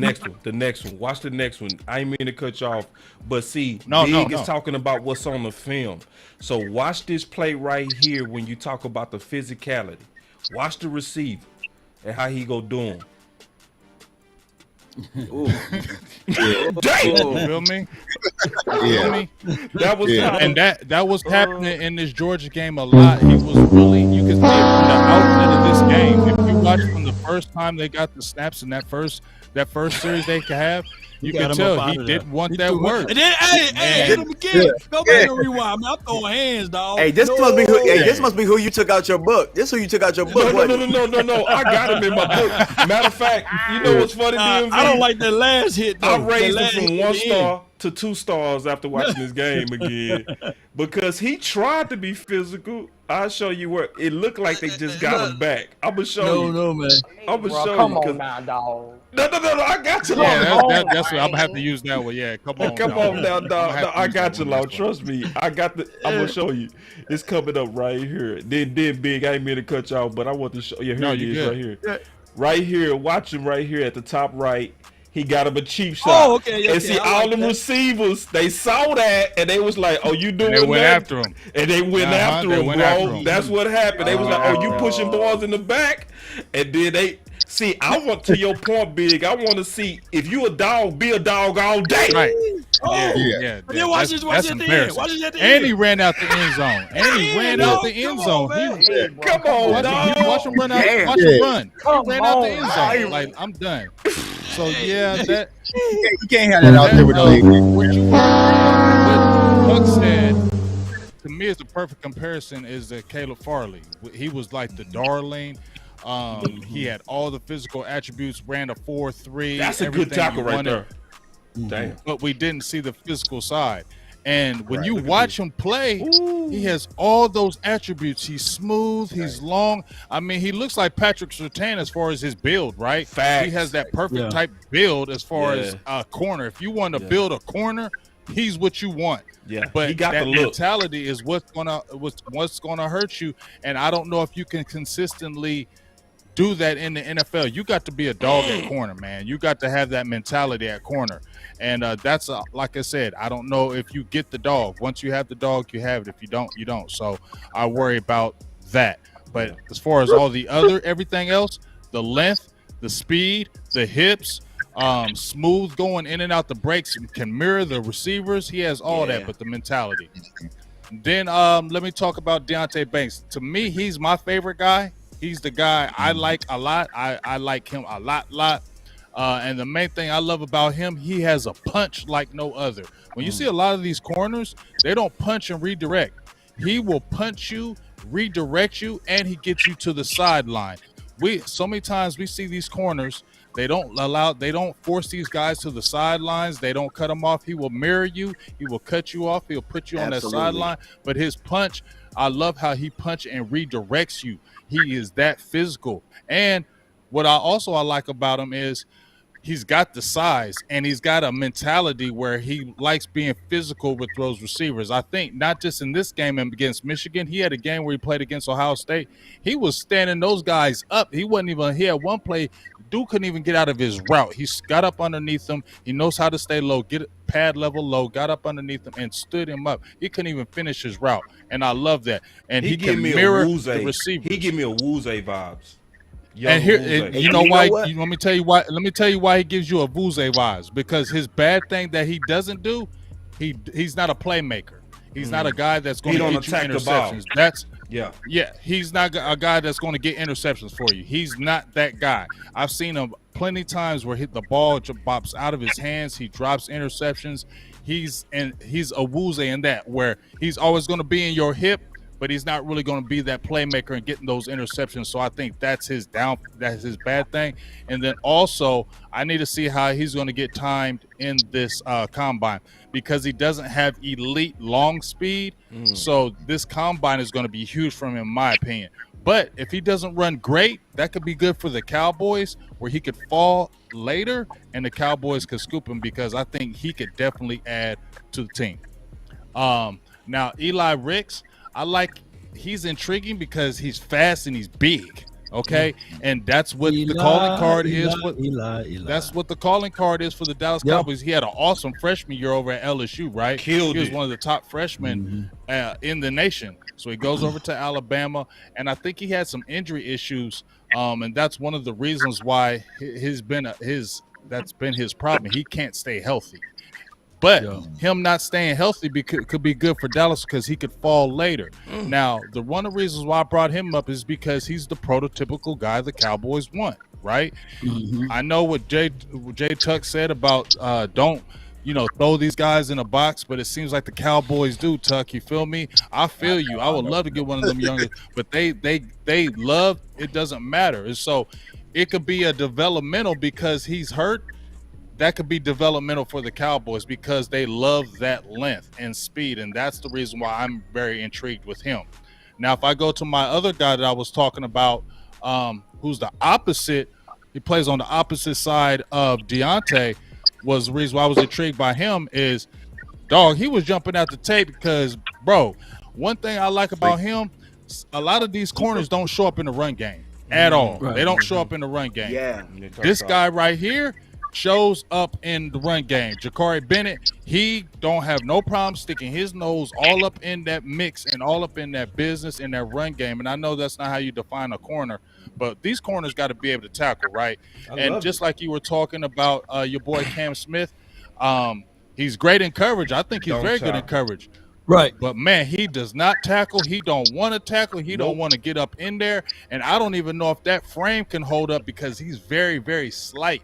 I don't know if that frame can hold up. And we know that if they see that you can't really tackle, they're going to run to your side. So that's why I really worry about him is that slight frame and can he really put on those pounds in the NFL. So that was the only reason why I was leery for him because I know how the Cowboys don't want to have those long kind of wiry guys that ain't going to really put some, put some pressure in that run game. So that's the only reason why I stayed away from Cam Smith. The one thing about Bennett, though, I mean, I feel like on the combine, he could be one of those cornerbacks that completely disrupts the combine. His name is going to shoot up because, I mean, he can probably jump about 44-inch vertical, run like a low 4.3, and just with that size, NFL team's going to be like, you know what I'm saying? I'll fix it. You know what I'm saying? And he's hella aggressive, he's hella aggressive. So, and when I was watching Banks, Tuck, I kept on looking over there. I said, who's this other dude over here, dog? Well, let me ask you this, big game, James. And this is from your school. I was looking at tape on Cam Brown. If you don't take the injuries, you move the injuries away from him, will he be a good prospect in your opinion? Yes, he is. Brown. I mean, he's got good length. I mean, that's 6 foot. He's got that, like I think Boss said it. He's got the, did you say with the basketball? Kind of got that basketball frame where he's kind of long with his arms. That was and Tuck. I know the Cowboys like that. Tuck said that. Okay, my bad, Tuck. No, I'm talking about Cameron Brown. I'm talking about Ohio State Cameron Brown. Not Cam Smith. Oh, hey, I don't know nothing about Cameron Brown, so I ain't gonna jump on here in front. I didn't really study no Cameron Brown from Ohio State, so I ain't gonna even jump out there and say I do. I thought you was talking about Cam Smith, so that's my fault. Smith. Oh, no doubt. That's all good. Man, some people probably don't have Cam Brown on their list because of the injuries, and of course, was the other kid, Garrett Williams. I had him pretty high, but then from Syracuse? Those injuries, from the Qs, Same thing. He got the quick twitch and everything, but those injuries, man, I don't want them already to be pre-hurt before they get here. And you know somebody else I had intrigued, my bad, Law. What's his name? Ringo from Georgia? That's who he's another guy we got him. He's another guy that I'm intrigued by because he was a darling early and then he kind of fell off like the map. And nobody's really talking about him. That's a big boy, man. But that's 6'2", though. That's a big dude. Like he's a legit dude. Like there ain't no line about his size. You feel me? Shout out to Jay Tuck for all his and film work. He has the speed. For real. Shout out to Jay Tuck for all his film work, man. Yeah, these are all 22s, bro. It's all crispy too. Jay Tuck. Yeah, so all these guys that Ringo and it's already. I actually did this one. My fault. I did this one. My bad. I forgot I did Ringo. I'm getting confused, Tuck. I don't know what you do versus what I do no more, bro. I'm sorry. Family project. Yeah, I was gonna say also another name you can toss out there is Julius Brents from Kansas State that has that size that kind of Dan Quinn likes, like Israel McQuamu, so he can kind of play a little inside safety a little bit as well. So Julius, I think when it comes let me write that name down, man. What's his name? Yeah, but you gotta be worried. Brents. I'm gonna let you finish about Julius Brents, but I got some notes on him, bro. Man, talk about it, man. No. Let's write it out. We like fights. Yeah, we like fights, bro. Don't be nice up in this motherfucker. Hey, that dog's 6'5", man. Let's go, man. No, pull out the gloves on him right now. Let's go. I'm waiting on the fight. It's too friendly up in this muck. Hey, I ain't about to fight over that, TCU. Hey, that TCU tape. Quentin Johnson ripped that man a new one like twice. Like Johnson did that to a lot of people. He did. That he did. That dude's 6'5". He reminds me of Cortland Finnegan. He reminds me of Cortland Finnegan a little bit. I can see that. Oh, Y'all know the Cowboys like to be the Dallas Mavericks, so they want 6'5", 6'7", 6'8". The 6'5" quarterback. Yeah. But I'm saying he can play a little inside safety as well. So it's like that's an kind of Okay, he's gonna be more of a safety prospect. It's that Marquise Bell, that Israel McQuamu type of mold that they like. Cowboys got a tight. All right, so we got the They do for everything. We got the OC. Hey, when O-line week comes, you can't even push OC. You ain't gonna be able to take that O-line week. So OC, man, Big Game James, and the homie Jay Tuck did they thing. OC, I don't know, man. You an offensive lineman, bro, getting ready to talk corner. I don't want to see no. You know what I'm saying? But see, no, shout out to the OC. The OC is a dog, bro. I just gotta push you a little bit before. But now you following some big dogs right now. They went hard. Can you keep up, OC? That's the question, brother. Hey, man, look, man, I'm a football person, man. So you ain't got any slides for me, man. Okay, you see how you do the OC? Don't even get no slides. What about slides and the bullet points, man? I got you, bro. I got you. Hey, no, you set up, bro. We got we got your yellow skin already queued up, man. We got y'all nice and fresh bald head with the goatee. See, you done cut off the goatee. LL Cool J is hard as hell. Hey, see, look at this is the OC without the goatee. That's LL Cool J right there. Look at the smile. Look, that's the OC with the goatee. Like Christian Gonzalez, man. See, I treat OC like Christian Gonzalez, man. Yeah, man. So OC. So damn, Devin Witherspoon again. Yeah. Man, y'all like y'all some Devin Witherspoon. He ain't even on my list. So that's why I ain't put him in there. You know what this says to me? Boss, you need to go take another look. I'm just keeping it real because he ain't on my guide. And I looked at him and I probably missed him. You know what I'm saying? No, he's just keeping it real. Just keeping it real. I'm just keeping it real, but bro. I want to ask y'all though, go look before at OC goes with that, before take you another had look. it in there too. You had it in there too, DMV. Reason why I put him in there because I don't think Dallas gonna get him. So that's why I'm like, why do a film on him when Dallas probably ain't gonna get him? I think Just don't watch that. Don't watch that. What's name game though? The Michigan game. Don't watch the I Michigan probably game. watched the Michigan game because see, I Or the look at Indiana certain games game. and I be like, I'm not putting you in the Boss Cowboy guide. And that's the thing.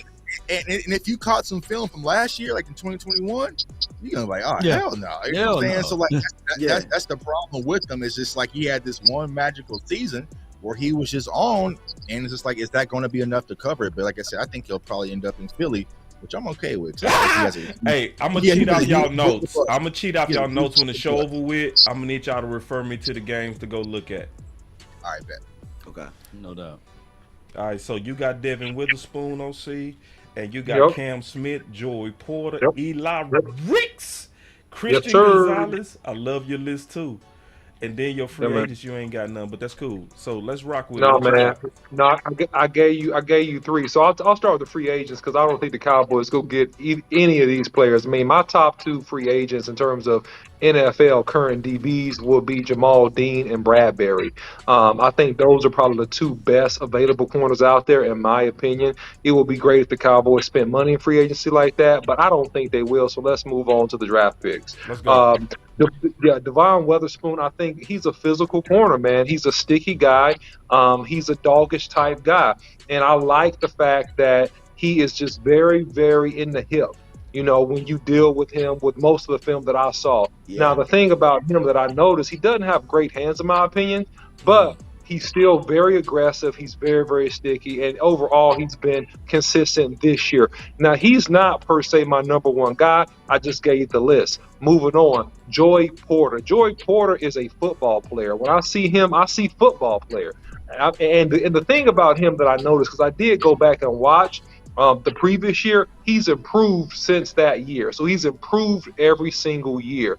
I think that he does show some tightness in the hip, a little bit to be a defensive back. That scares me. I think that he might have a little bit of issue versus your quicker twitch slots if they have to play him in a slot. But I think he'll be a solid corner. I don't think he has extreme long speed. I think he has pretty solid long speed. And so if you get him with a burner, that might be an issue.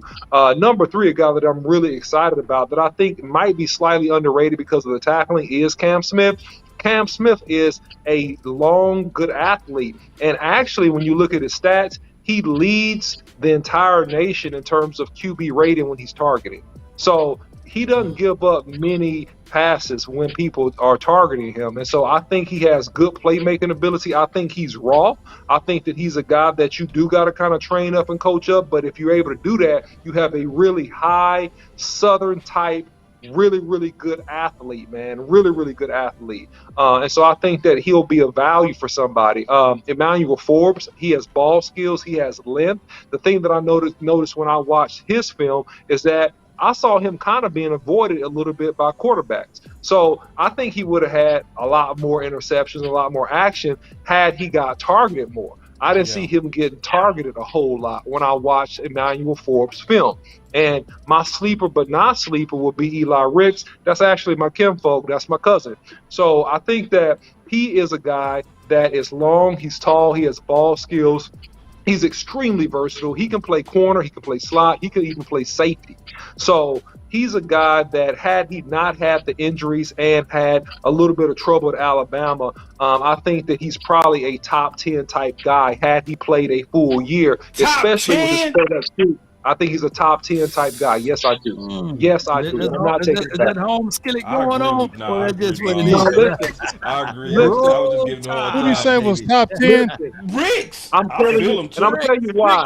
Look at it. Look at his look at his productivity. Okay, at LSU his freshman year, and even look at his productivity in limited snaps that he's had this particular season. Right, he only played, I believe, in 4 games. He's very, very good. And just a guy that has all the tools. I think that he's a guy that right now is probably a 3rd-round draft pick. I think that if he works out well, a lot of this is contingent on how well he runs and actually his strength level, how his shoulder is. I think he's a guy that could slide up into the 2nd round, and I think he will be an absolute gift for the Cowboys. If they could get him in the 2nd round, he's an absolute gift for the Cowboys. That's my opinion. I think Gonzalez going to him again is that, man, he's an athlete, man. He's a guy that reminds me of a guy that played like every sport in high school and was really good at it. Like he was like a good basketball player, a track star, a football player. He even probably played soccer, but he's not a tough guy. He's not a dog, but he's just such a really, really impressive athlete in terms of movement and his physical capabilities that you got to have him on the list. So that's my list. Hey, good job, OC. Y'all clap it up for the OC, man. I see you, OC. Now we got Law. Law be having books. I ain't mad at you, Law. My boy Law be having books over here, bro. I copy paste that, man. I copy paste that. Here we go, Law. All right, man. Let's go. Yes, indeed, man. All right, so yes, as we all see, Christian Gonzalez is up there. Now, I do have that reservation, the same thing that Big Game James have a little bit with that dog mentality, but I love the fluidness, man. And when you can get that, and then you think about what this coaching staff can do when they put their phalanges on Christian Gonzalez, man, it can just be a good thing for us. Now, Joe Porter Jr., not to just beat up the man about what you guys said earlier, I like the guy. I think that he can cover every blade of grass out there with the mentality of, hey, I'm coming from a football background, a football pedigree. I think next was on that list was Ringo, right? Ringo was next on that list. Oh, Cam Smith. Here's my thoughts with Cam. Oh, Cam. He may be inside on this next level. I love it. I think that you can mask him a little bit inside better because of his over aggressive tenacity. Although he closed his eyes, somebody said dog closed his eyes when he tackled, and that's Gonzalez too, bro. But he tried. We need some milk. But I look at it like this, man. I've seen us do the Jordan Lewises of the world who had the mentality to tackle, but just really didn't have that thump, right? But one year, I think he had like 2 or 3 sacks coming from the inside. Or even when you look at Anthony Brown, one could argue Anthony Brown played better when he was inside versus on the outside. But I think that with Cam Smith, you can, if you draft him and you hear this sweet music right here, let me hear the sweet music. Woo! if you draft him, you can fool around and add him inside and kick Dayron Bland to the outside and work on that long-term contract with Trayvon Diggs, and I think that we'll be okay from there. Ringo, that's the next guy that's on this list. He's 6'2". He's big, right? He's boxy. He don't have the best turn or stop, and go type of stuff. Man. But when you have a guy. When you have a guy by his size, you just know for sure he got the speed and he's playing zone cover defense. I think that he will fit well within the confines of cover 3, and we can really now see true cover 3 defense out of Dan Quinn and none of this hybrid look that he brings to the table. You got somebody with size, you got somebody with physicality, and you got somebody with speed that you can leave on the outside. I wouldn't even experiment with Ringo inside at all because of his boxy frame and how he can't turn or what have you. What you say, Law? Well, Law's gonna ask you a question, Law. On them hips. Yeah. He built like a safety, isn't he? I'm not gonna say he wasn't a safety, but like he looked like a safety playing corner. Brandon Browner, you know what I'm saying? What absolutely. was his size? Well, he's not as big as that, but but the change of direction is terrible for me, man, and I just don't want to see what That's real. Look up the TCU tape. Oh, that's real. You don't want to see him. Look at the Ohio State tape. You don't want to go look. I know my guy Boss. You don't want to show that tape, right? Yeah, that's why I got him. I got like a round 3, round 4 grade on him. Honestly, I do. But But here's what's gonna happen though, fam. I think that's fair. Even though you got that round 3 or 4 grade on him, here's what's gonna happen. It's a fit. It's a fit, yeah. The underwear Olympics, baby. Y'all know how that dude gonna run. He gonna burn up the field, and they gonna be like, I can work with that. Size, yeah, with that size, that's So you already know how that gonna go. And I got a sleeper on this list, and I know a lot of people gonna want to fight me when I say this. Tyreek Stevenson. I'm gonna send you that Florida State fan. I'm gonna send you that Florida State game. Tyreek Stevenson.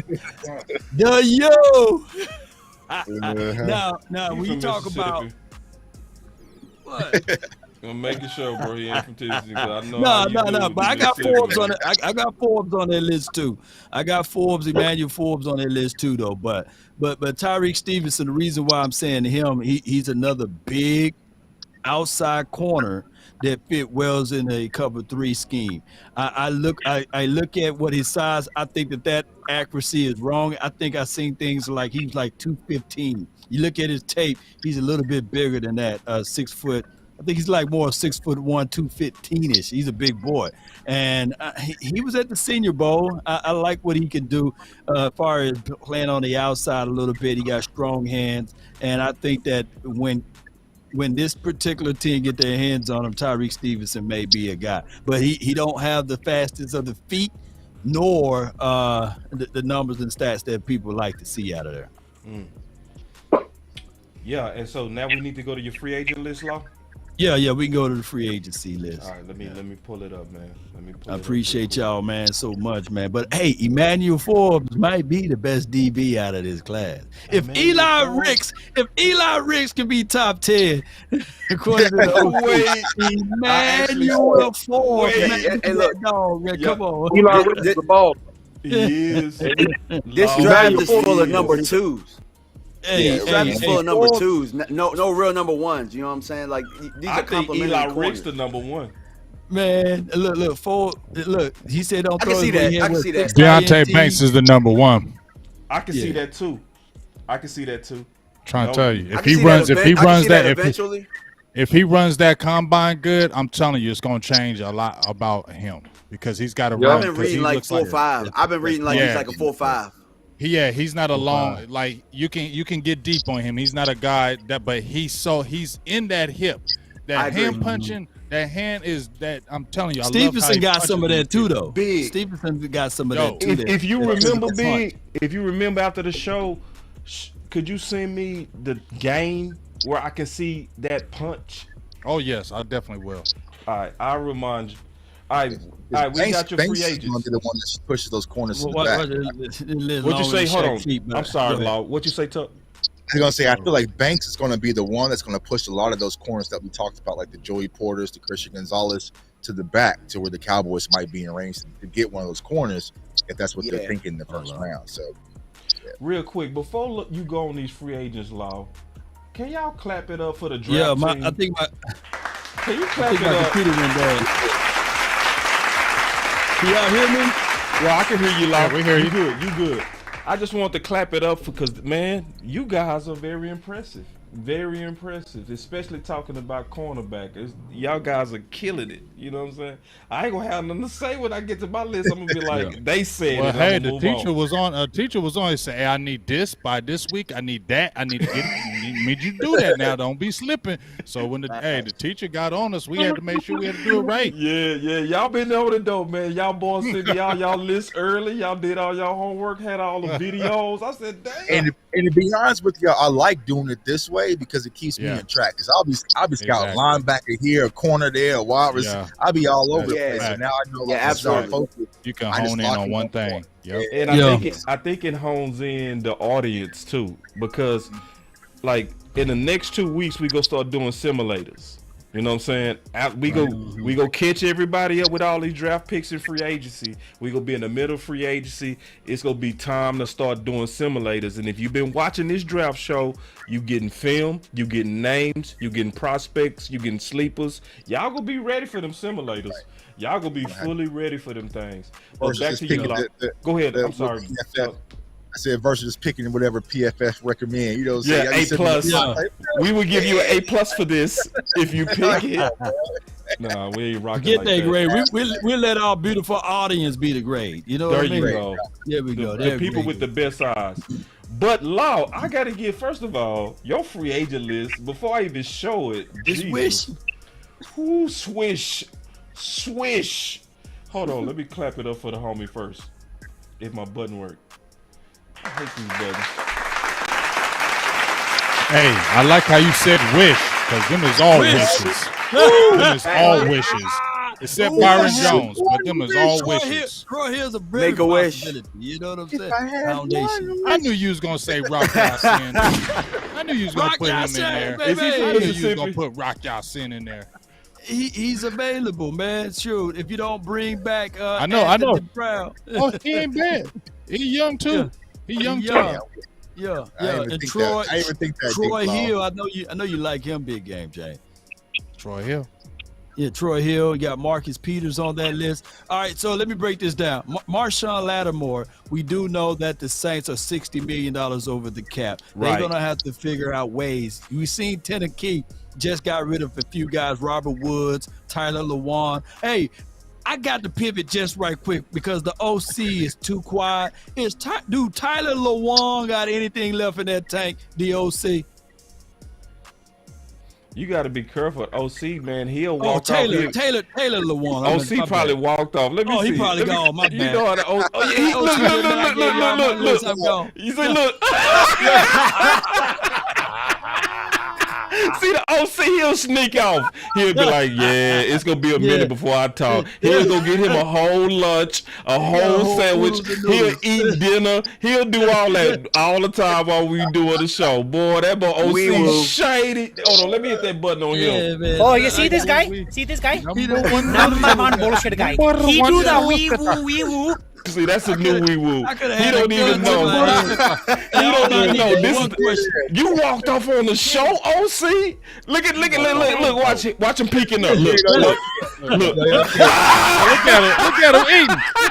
I told you he walked off to eat. I told you. We caught you, OC. No, we caught you. We caught you red-handed. We caught you. We caught you. Yeah, we caught you, bro. You over eat. Yeah, we knew it. We say that. I say we probably walked away. Then we look at an empty chair. He said Law about to do his guys. I got a good team. Yeah, I'm good. I got to be a good 20 minutes. I got to be about a good 20 minutes. Law long-winded. I'm going to go ahead and go make me a sandwich. Go anywhere for a while. This is my time. This is my time to get it in. Bye. Snickers. All right, Hey, go ahead. OC, I was going to ask you, do Taylor Lewan got anything left in the tank? Would he be a good acquisition to pick up? No. Okay. No. That's all I wanted to know. Nothing about offensive Wow. line. And Law. This is why. See, Law. This is what Law said. OC, you should be ashamed of yourself. My boy Law said, "Man, we ain't heard from the OC in a minute." He trying to look out for your OC. He you done snuck off and ate dinner, bro. That's boy. No, I didn't eat dinner though.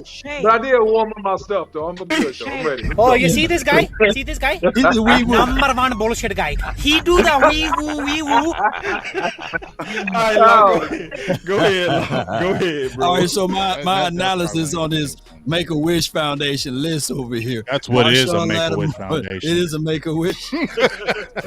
Upon a star. I like it, Law. I do. I like your list, bro. Yeah. We need to have that drop, man, because Yes. man, I would throw away all of the DBs we talked about today if we could get Marshawn Lattimore. Yeah, you I know what I agree. mean? And Everybody sell my spleen. Law, what happened And to you your get- spleen? I gave it away. And you get rid of Zeke, right? Yeah. There it is. Wait. There it is. I'm talking Zeke and Tyron off that cliff for that Infinity Stone. Hold on, bro. real I'm quick, talking bro. real. I'm pushing the wrong buttons over here and everything. Hold on, let me go find the button for DMV. Oh, hell no. Yeah, no, Hell that's no, the button man. needed for So you DMV, not getting man. rid of True. Zeke for that Jalen Ramsey, bro? Man, we Look. not gonna start that debate again. been Y'all trying- already. Don't you know? Don't I you told know you that now? already. Howie Roseman did a great job last year of cutting Fletcher Cox, right, and then bringing him back, right. Right. I think the Cowboys can do something similar to free up money, even with Tyron Smith, because I heard that you can save about 17 to 10 to 17 million dollars by cutting him, and that's a lot of money that you can go out there and grab somebody. Do you think that would happen with Tyron Smith? You can cut him and just bring him back. I'm scared. to No, do it. they're not gonna cut him. They're not gonna cut him. The only thing they would do with Tyron Smith is try to restructure and just make sure he retires a Cowboy, because he already said that if you make him play for somebody else, he's not going to play for another team. He's just going to retire. So he's came out and he said that. So I think that the Cowboys would just probably try to restructure, push his money a little bit further down the road to open up salary cap space. But the number one thing they need to do, and not to derail this conversation, is they need to go ahead and extend Dak Prescott, because Dak is $49 million against the cap, and that is the largest lump sum that will really keep you bottled up, right? You got four main guys you got to pay. You got Tank Lawrence accounting for $26 million against the cap, which is ridiculous at this point in his career. He should not account for that much against the cap with his productivity level. You got Zeke Elliott. You got also Zach Martin accounting for $16 million against the cap, and then you have Ezekiel Elliott accounting for about $12 million some odd dollars against the cap. So, you know, you got to deal with several players, man, to make sure this thing all goes well. And you need to really look closely at what you're going to do with Dak Prescott. And I would just try to extend him now and push his money down the road. That's the smartest thing to do. That will free up the most cap space. Who been more productive in the last 2 years? Zeke or Law? Zeke. Law. Oh, wait. I got OC thinking now. He thinking. Wait, no. I'm gonna go with Zeke. I'm gonna say Zeke. I'm gonna go with Zeke. I'll say Zeke. Ooh, this is getting interesting. This is interesting. I like this fight. I should have did y'all two like that, man. I'm just throwing it out there. No, that's a good question, though. He's thinking real hard. And I like where you're going with that, Law. I like it. I love it. I don't like it like you say. I love it. You know what? I don't think this is purely about productivity. It is, but it isn't. See, if you say productivity alone, that's an isolated, triangulated argument. You have to say productivity in conjunction with the amount of cap space you take up in your salary, right? It's not just the productivity by itself. It's the productivity in relationship to the amount of money you're being paid in the contract, because you're paid huge money for huge production. And the reality of it is that the Cowboys had not got huge production from Ezekiel Elliott. Stop. And so No, the last couple of years. No, the last couple of years. But you know you falling right into my trap. You falling right into I know. No, you falling right into the Your trap is fool's gold. Because if you, it's Oh, fool's gold. that's cap. Get him, OC. Get him, OC. Oh, hell no. I'm loading up the clips now. You better Man, look break the debate back up. I'm sick of this cap. It's getting overwhelming.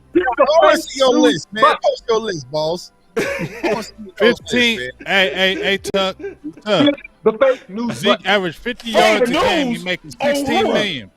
16 million. Yeah, bro. 50 yards we are a game. fourth. We are fourth in the NFL when it comes to the running back position in salary. Fourth. Yeah, we gotta cut that price. I agree with that. So y'all gonna think that Zeke is gonna cut his price and y'all want to increase his value to what, 20 carries a game? That's what you and Okoye said last week. And he's about I actually 20, listen.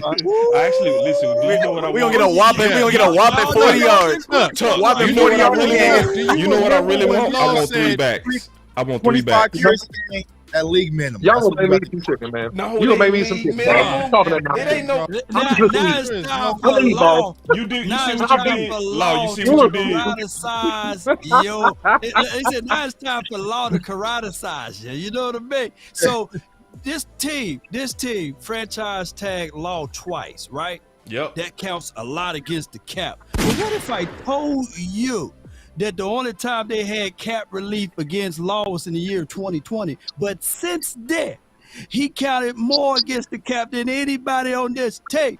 In 2021, he counted $25 million against the cap. Ain't nobody close to him. And then in 2022, he counted, let me see what that number was. He counted $14 million against the cap.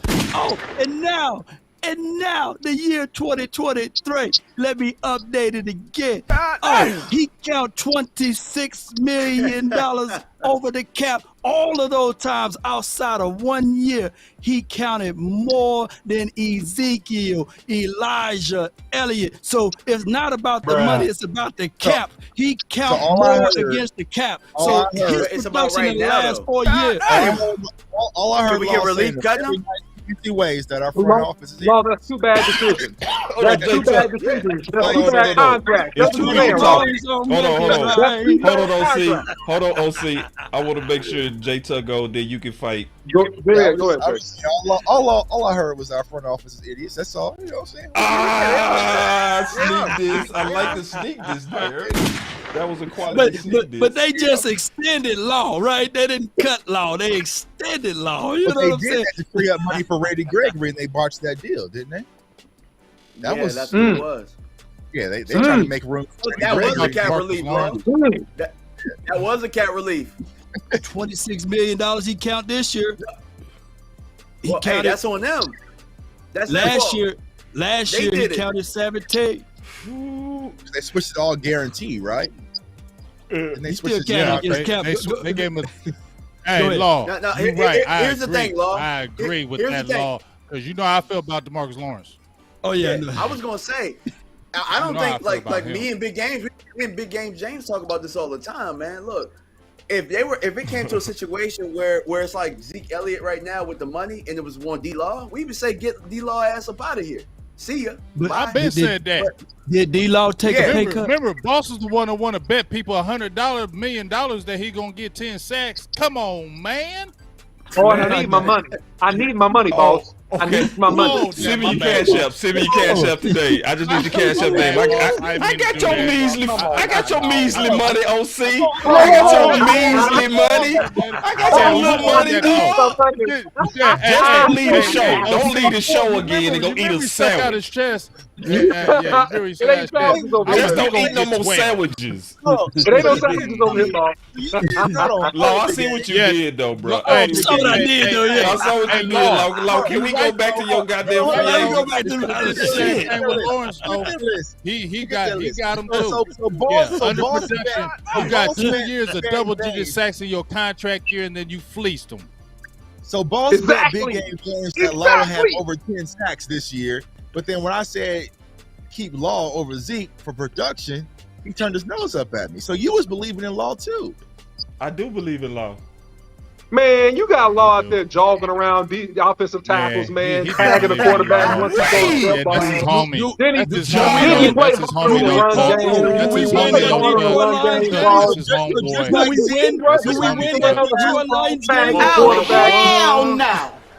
Do we win that Detroit Lions game? Come on, man. You got to do $26 million, man. The dude got 6 sacks, man. You got to do $26 million, man. It's bad contract. Bad contract city, man. That's what you're talking about, Law. That's what you're talking about, Boss Cowboy. It's bad contract. Y'all better get off the Law, man. I'm gonna start muting people. He's great in the run game. I'm gonna start muting people. Y'all hear me? I'm gonna start muting people off the show. I'm gonna start saying, listen, I run the buttons and I don't play fair. Test me. Test me. You play for rain, you got to deal with the mud too. That's right. That's right. That's right. All right, Law, can we get back to your list? All right, man. All right, man. To this fantasy list, man, this make a wish list, man. Jalen Ramsey, man. I think that the Rams are like $24 million over the cap. They may be further less than that now since they got rid of Bobby Wagner. So it could be in the next few weeks mutually agreed to let Jalen Ramsey go. So that's why you shouldn't trade for Ramsey. You should wait and sit back and see.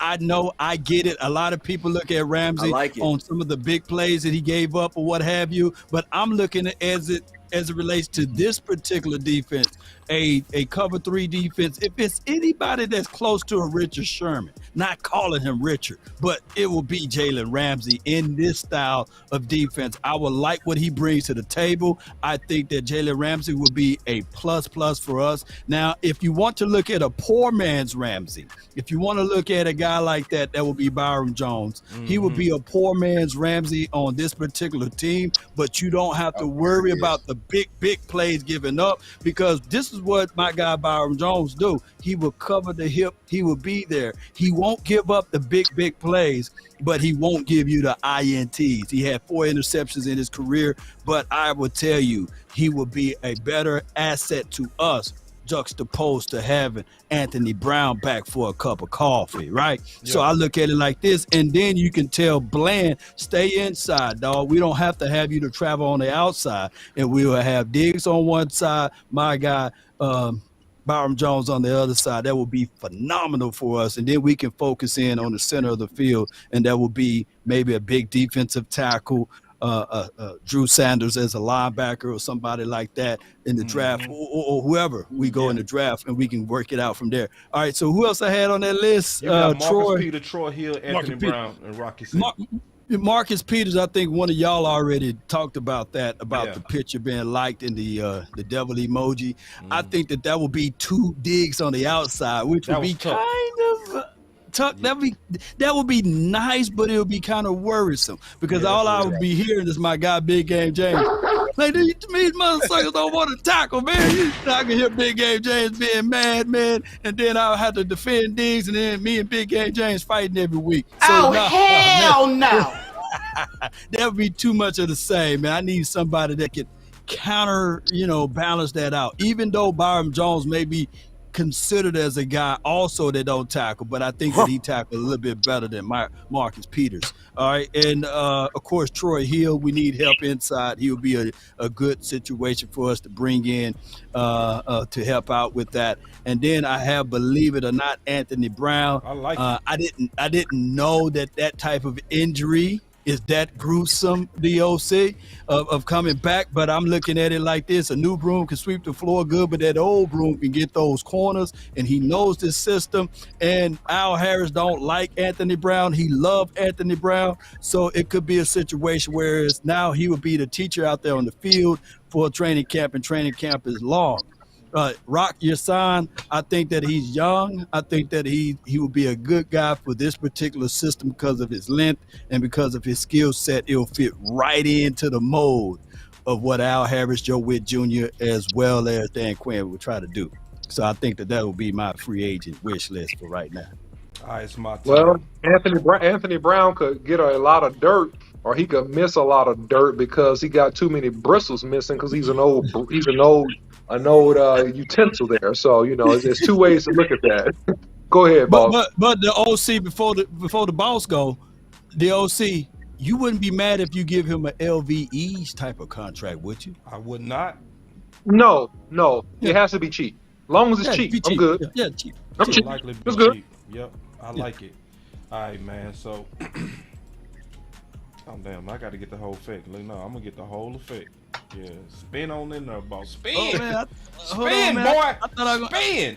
Do that again, man. I got you on something right here, man. Hold on, I got you right here. Spin a Rooney.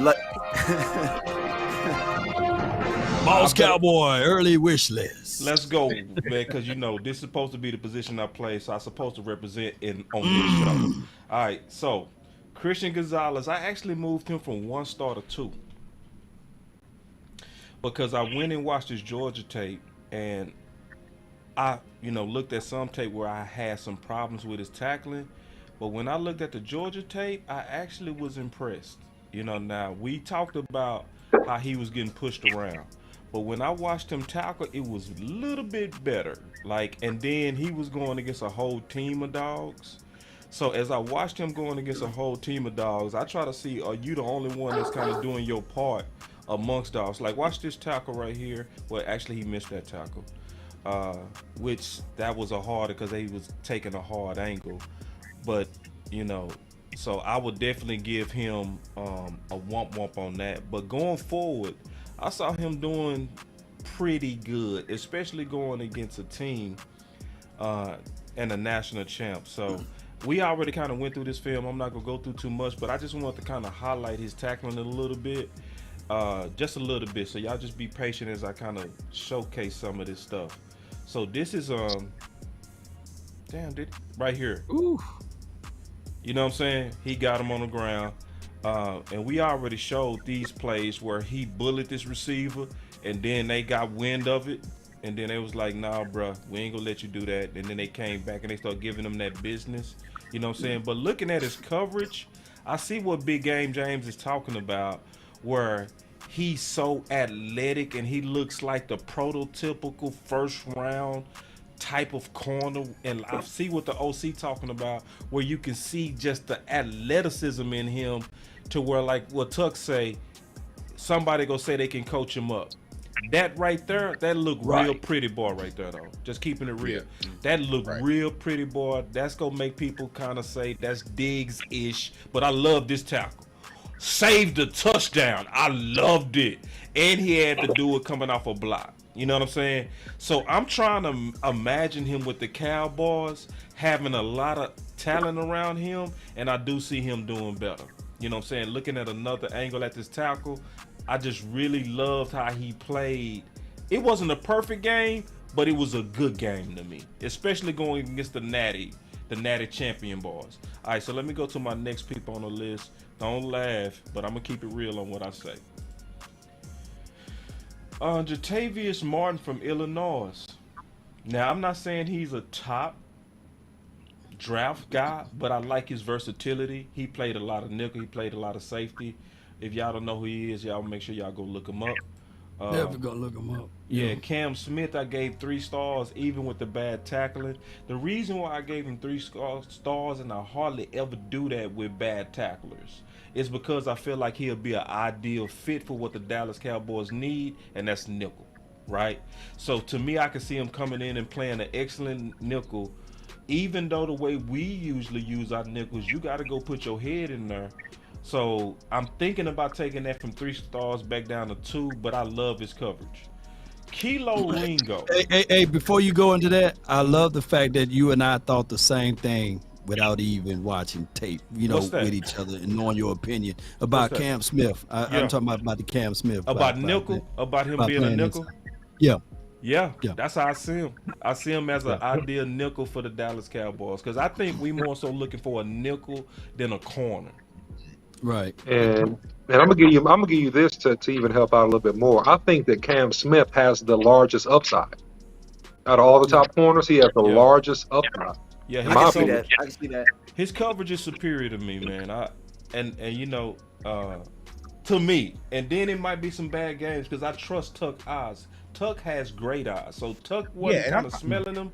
So no, it wasn't. I wasn't smelling him. I honestly, I took him out. I had him in there. I took him out and put Banks in. I'm a little bit higher on Banks than I am on Cam Smith. So that's who I swapped out. I kept going back and forth. But yeah, you can definitely have Cam Smith in the mix. I just said it's still a lot of project when it comes to him. So I'm thinking from the Cowboys' perspective at 26 when it comes to Cam Smith, I would be kind of skeptical.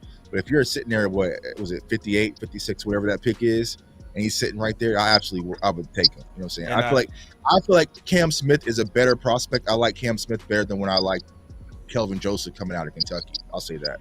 And let me ask you this though, because you and Big Game James gonna have me going back watching Banks tape. Mm-hmm. Which game should I watch to really see from what you see out of Banks? Yeah, that's what I need to know. We'll watch the Ohio State game. Watch Ohio State.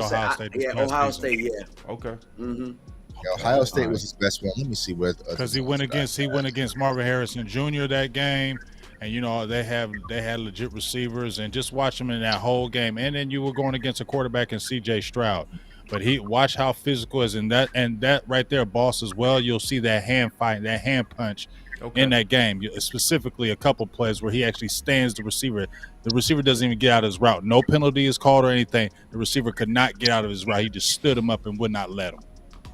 Yeah, and it's also SMU game as well. I would watch SMU, and this is just the Michigan one. That's when I was cutting. I was just doing the project, but. Yeah, I would watch SMU. And he looked good in that Michigan game, especially he did a dual route where the receiver came out the route, he circled back, and you should just see how he mirrored him, just the mirror how he had it, and he ended up knocking the ball down. Like I said, the biggest problem with Banks is he's not a ball hawk. He's not getting you interceptions. That's not what he's going to do. But if you want everything else, that's what you want. That's a good comp. Yeah, that's really a good comp. That's definitely definitely Owuzie-ish. Great comp. Yeah, great comp. And but I think he's more physical than Owuzie. Yeah. Oh, whoa, really? I need to go look at him. He's physical, dog. He's physical. Nah, I know you don't lie. I know you keep it real. It's just, thinking about Owuzie coming out of college, the fact that he was Colorado. Yeah. He was a safety. Bro, watch his tape. You'll see the physicality. But it's actually funny. It's funny because he is physical, but he's technical first. So I would say he's more technical, and when when he gets you in the spots that he wants, then he's able to use his hand. He does an excellent job of really, keeping that eye to the near hip. And like it's just the best. Here's my thoughts though, fam. Owuzie college tape was physical. Yeah, his pro tape wasn't that physical. Right. You know what I mean? Yeah. So now when you say that, now y'all gonna have me standing here watching even more tape on Banks. Yeah. But go ahead. That's what we got. It's more technique. It's more technique to me than it is physicality. Right. He just so happens to be. He's never in a bad spot. He's never in a bad spot because he he goes to his technical principles all the time. So and sideline is his friend. That also sounds sideline. Oh, he's putting you to that sideline. He's putting you to that sideline. That's what he's going to do. Love it, man. And you know what? I have to say this, and I know we're making this such a long process, but it's cool. I love it. What really pissed me off about Owuzie is that I never got a chance to see him under Quinn. Right? So it's like a whole nother thing, though. So. Half the time we didn't know what we was doing with him, though. That was it. I mean, because it's not like he went over to Cincinnati and fell off. Right. Honestly, remember half his career.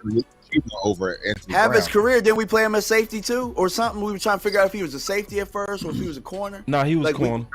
I was saying they should have put him at safety. Yeah, at one point they was flirting with it though. It was back and forth. It was rumors about it. Yeah, he's safety in Colorado. You're right, Big Man. And it was playing safety in Colorado. Can I go back to my presentation that y'all jacked? Go ahead. Oh yeah, sorry. Sorry, sir. Jesus Christ. Class is in session. And another thing. All right, so then I got my boy Ringo on the list. All right, and so with Ringo, what I see with Ringo is exactly what you said, Law. Is I see a good football player with stiffness, right? I think you hit that dead on the head. Another thing that I see with him, he's obviously physical. He's obviously Dan Quinn-ish. He struggles to stop. So you notice he gets beat on underneath routes a lot. That's because his stops are bad. He does what I call a double stop, where it takes 2 plants in the ground for him to get into his drive, you know? And so when you watch him, especially this Tennessee tape, when he's beat underneath. You know what I mean? He's not beat over top. He's beat. That was a good play right there. Good, but he got a penalty, kind of handsy. But when I watch him, it's a lot of fans that I watch, they love him. I don't know if he'll really transfer to the next level to being a real good corner because of the stiffness, you know, and because of the inability to stop. So here's a play, likely they getting ready to take him vertical, and you go see, because he's long, he go do his thing. He has good. Oh no, see, you see them stops? Yeah. You know, he struggles to stop, you know, and anybody that struggles to at stopping is gonna struggle with route runners on the next level. And it's way too many route runners in the league to trust his feet. You see all that separation? That's from a lack of stopping. Yeah. You know what I'm saying? So when I'm breaking him down, but he got stiff hips, bro. Yeah, he's stiff. Yeah. But see, look, vertical, he good. You see, on vertical stuff. That was on Hyatt, wasn't it? Nah, that was on Hyatt. Nah, that one on Tillman. Hyatt. Tillman. That was on 4. Tillman. Yeah. So I like Tillman, yo. But vertical, he good. I like him too. Yeah. Tillman, he a sleeper. But so here's another one where you go see him struggle to stop. You know, so when I'm looking at corners, I'm looking at how you stop. It's all this clear separation on him. Imagine him going against Amari. Oh my God, bro. Oh my gosh, man. Oh my God. Amari. Oh yeah, the mix, the blender. Oh man. Or we can pick so many receivers that he would likely struggle with. You know what I mean? Well, what about big nickel roll? I don't think his frame will hold up for the big nickel, but I like your idea. I just the value would just have to match him. Like you don't want to reach value for him. I agree. You would have to get a value and then, you know what I'm saying, develop him over time. You know what I'm saying, where there's no pressure. You can correct that too, DMV. You can correct that. You can correct what's going on with that stoppage. He need about 6 months of jump rope. 10 minutes every day. OC, can you talk about that real quick? Look at OC eating. I'm good, bro. I'm good. I count you eat. No, I'm messing with you. No, but I'm good. You smacking and everything, lips greasy. No, but can you talk about that jump rope regimen? No. So listen, salute to Boss Cowboy on this, because when me and Boss Cowboy were in college, he was a guy that was really, just with his advice, single-handedly really increased my game greatly. Because my last 2 years in college, I gave up 1 sack, and it was because Boss Cowboy saw me in practice. He said, "Hey man, you need to make your feet quicker." And so I started jumping. He said, "You need to jump rope." So I started to jump rope, and I only did it like 3 to 5 minutes a day. That's all. But after a couple months, a couple months, man, it made my twitch and my ankles and my calf so much faster. So I never got beat on speed rushes after that. So that rope does help your quickness, and really what it's doing. And I'm just being technical because I read some studies about it, because that's the kind of person I am. It develops the small muscles in your feet. So when you train the small muscles in your feet by being on your toes, it makes you quicker. And so that's what he needs. Absolutely. It really works too. It's like, so you can fix him, to your point, DMV. I agree. You could fix everything that we seeing. It would take about 5 months though, to the OC's point. It take a while for that twitch to really kick in, but you got to train it. You got to train it in your feet. So anyway, let me go back to my list. I ain't gonna be long, but I want to really break him down because I see a lot of hype on Ringo. I'm still giving him 2 stars, but I like what you said, DMV. It's gonna be the value location. Joey Porter, I might need your help on that, Tuck. I'm not high on him yet. So when we get off the show, refer me to some films that I need to go look, because you know, I want to make sure I'm not missing him. You know what I'm saying? So I'm gonna need your help on him to be. Now he made the guide. He's in my guide, but my notes on him wasn't the best. You know what I mean? And I want to just make sure I'm looking at enough games. Appreciate that. Just don't watch that Ohio State. take. Well, that's can probably I what offer I some? did. That's probably what I did. Everybody, I always every corner you watch. burn that Ohio State tape. Every corner you burn. Like, don't watch Ohio. Yeah. Hey, Now, Boss, Banks, we telling you to watch I that got Banks. No, we telling you to watch Banks on Ohio State. But don't watch it on him, though. Go ahead. The thing about Joey Porter Jr. really is he more of a football player than he is a corner right now. I think that, obviously he's going to work on technique and somebody's going to coach him up. But I actually wrote my notes. I could see him switching to safety later on with his frame and everything. You know what I'm saying? That's what I saw, man. He's not really big though. I mean, he's 6'2", but he ain't big 6'2". Yeah, You feel me? So I can see what they got him at 194, yeah. but you act like they could. I mean, over some years, you could put some peanut butter. I mean, like I know. I'm just saying to your point where I think he would be more of a safety type because of his. If you look at his frame is built, he built like he could transition to a free safety. And see, that's the thing with this year's class. I feel like if you put these players in last year's class, we're looking at a lot of second round, third round prospects. Facts. You know what I'm saying? So that's the hardest part. Because like I said, even with Witherspoon, it's a huge boom or bust. And the same thing with Joey Porter. Because like I said, he is extremely grabby. I think he was the first corner I broke down on my channel. So I did the full breakdown on him. But it's like a lot of hands, a lot of bad placements. You know, it's just like, what's these all options we got? You know what I'm saying? Like, they ain't no create. You know what I'm saying? Like, I don't think Witherspoon gonna run well. I don't think he's gonna run well. That's why I think he's gonna drop down a little bit. Watch that underwear Olympics is gonna tear up everything. That's what I'm saying. Like, they got him up here now. Somebody gonna go past. I think we'll have a shot at him or close to it, and maybe 58 or something. I don't think he's gonna run well. None of y'all had Darius Rush out there, huh? On the list. Nah. No, I haven't gotten to him yet. And that don't mean my list right yet. I'll go take another look. You know, especially when I'm gonna write that down y'all. I'm taking notes as y'all talk because I want to be super solid on these dudes by draft day. And when y'all see something different, I go take another look. I really do. Yeah, I ain't seen nobody had DJ Turner.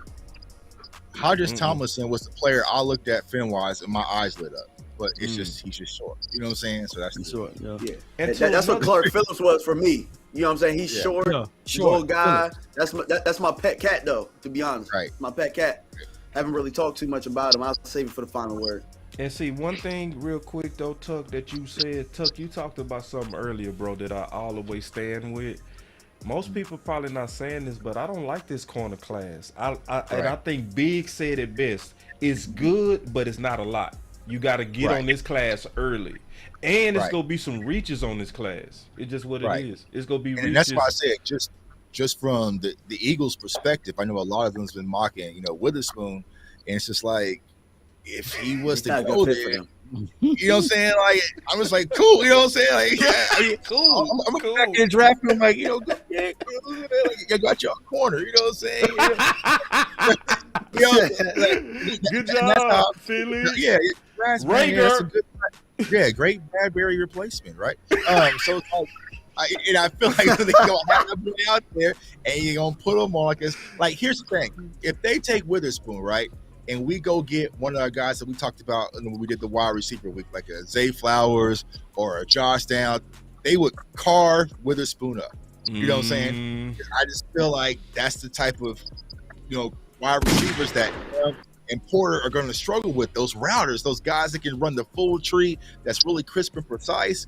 You can't get the hands on them. Like, I don't know. So, no, I'm with you. But, I mean, somebody's going to grow. Someone's going to emerge. We still early, but that's right now. Rager. All right, hold on real quick. And I won't Philly to do that because I'm so sick of hearing they got the first round. Yeah, they pick bad too. I ain't studying no freaking Philly. All right, free agents, and I'm going to be quick, bro. I ain't going to bore y'all with this. We like our guys. I'm always told we like our guys, but I also I'm for the return of Anthony Brown to be the nickel at the right price. I wouldn't want them to rush him. I would want them to sign him. And even if he return week 2, week 3, I see him as an asset. He's one of those returning ballers I would want us to kind of still try to attack, because if he wouldn't have hurt that Achilles, Anthony Brown was gonna get paid this free agency. He was gonna get paid. The bastard free agent strategy, I'm dead serious on that. Cameron Sutton out of Pitt, I like him. Anthony Everett. He's, to me, perfect for the nickel. Perfect. He's perfect. I give him 3 stars. Like 3 stars should be a quality price. If y'all don't know who that is, go check it out. I'm gonna likely do a film breakdown on him just before we get into free agency because I really feel like he'll be a good fit and a good bargain. Trey Flowers out of Cincinnati. I'd give him 3 stars, but I think he's somebody to kind of sniff. Lonnie Johnson. Lonnie Johnson was drafted to the Texans. He was also a favorite guy of mine coming, when he was drafted. So I'm looking at him kind of like a 30 visit guy. He's somebody that I never forgot about. He was somebody that I always thought could have been a steal. The Texans actually converted him from corner to safety. It shows his versatility, that he has the feet of a corner, but he has the heart to play safety, and he'll go out there and knock you out. I could see him also being somebody that can kind of help with the lack of speed that's on the back end that we have with Hooker, right? I think he'll give us better range. Dan Cruikshank is another guy that was a 30 visit guy. I would call my 30 visit guy because he was somebody that I was high on in the Boss Cowboy guide. He was in my first book, Dan Cruikshank. He ran a 4.3. He plays corner and safety. I think one of the things with him is he's always been in places to where they got a lot of talent. So it's almost like playing under Witten. You can be one of the best tight ends in the world, but if Witten in front of you, you're not playing.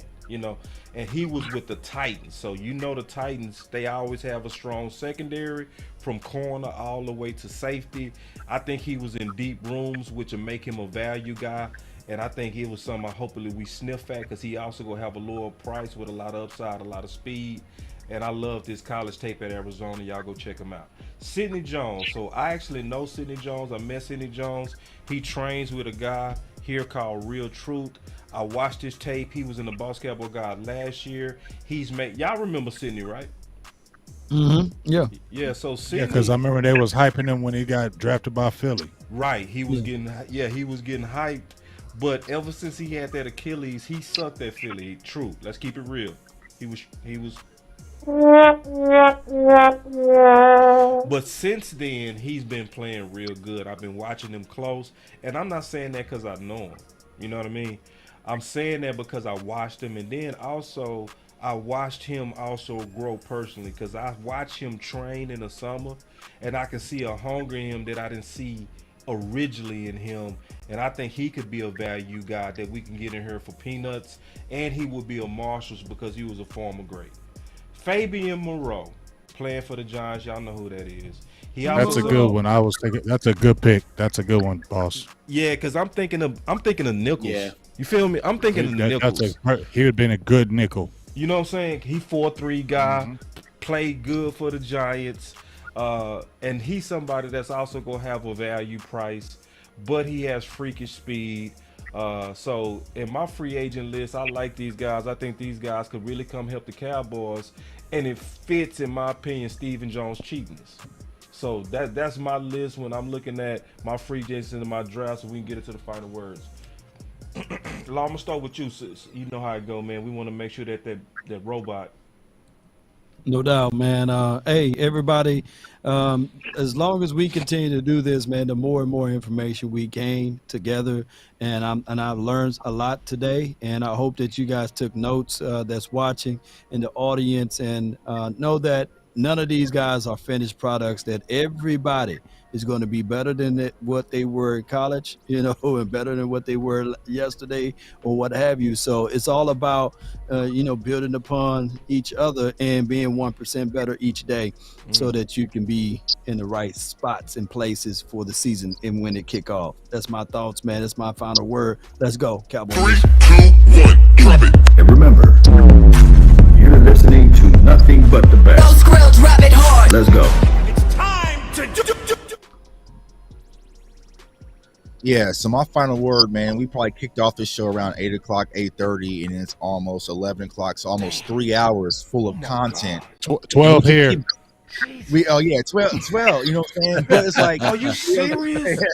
He always going to 12. What I was going to say, you know what I'm saying? On the positive, it shows the power of what we're doing right now. Film, breakdown, analytics, free agency, and honestly, we could keep rocking if it was like a Friday night, right? So it's like, I just want to thank y'all, man. This is the most fun I've had covering the draft. It's a blast, man. It's really put me in my zone.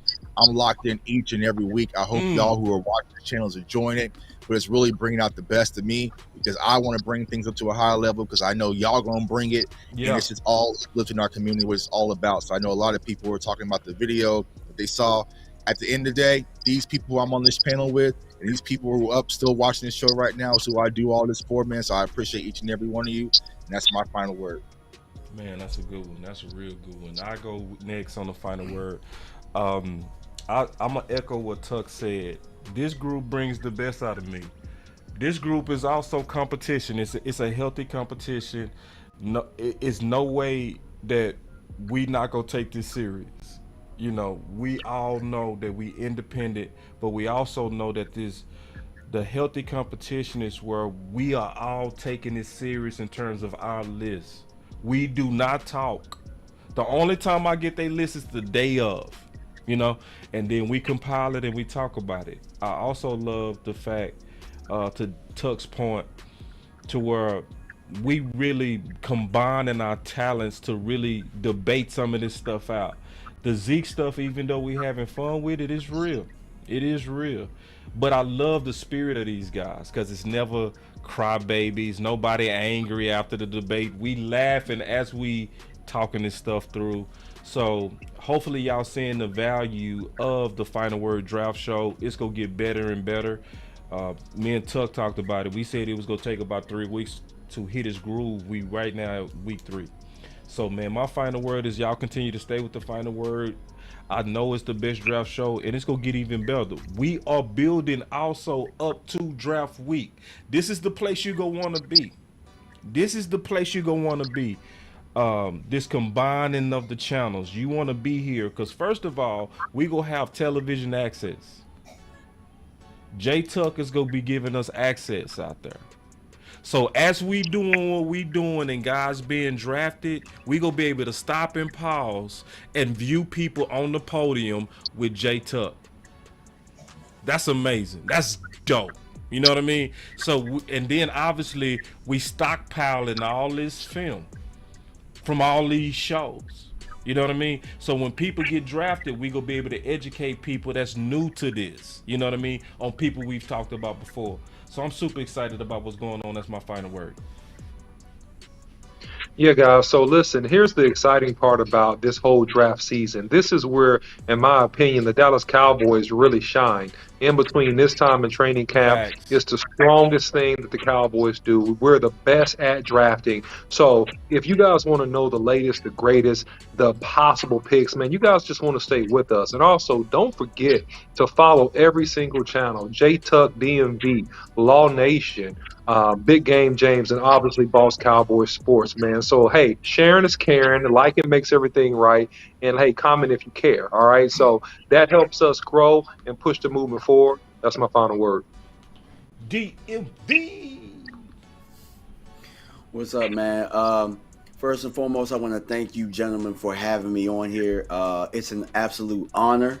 Like you talked about, keeping the craft tight, being with you gentlemen every Thursday and talking through these prospects has had me, go into depth and have crazy notes on each and every one of these guys that we kind of talk about, to the point that I'm just able to regurgitate it like without nothing. But I have on good faith too that inside the building, just like everybody else, a lot of content creators are watching what we're doing. People are going to write articles, but inside that building, they are watching what we're doing. Facts. So I not only do I have the honor of sharing the platform with you guys, but we're doing something so groundbreaking that we might even be able to influence that draft inside the building. And we're all about, as a group, making the Cowboys better. So Facts. I feel great about that.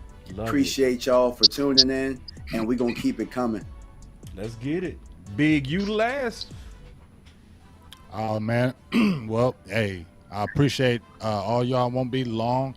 I just want to appreciate all the guys that just to echo everybody. I'm not trying to just piggyback, but just to echo the realness of it is it really just really makes you be on point with your stuff. And I think that's what I Facts. like about this more than anything else is that, you know, before I've done drafts, and yes, I always studied, but I feel like this has made me study even harder. This makes me look at my stuff even more because I don't want to come in. I'm gonna keep it real. I don't want to come in slacking. I don't want to come in looking bad. You feel me? I don't want to look like the one that looking bad. Like, damn, that's all you got, dog. I don't want to look like that.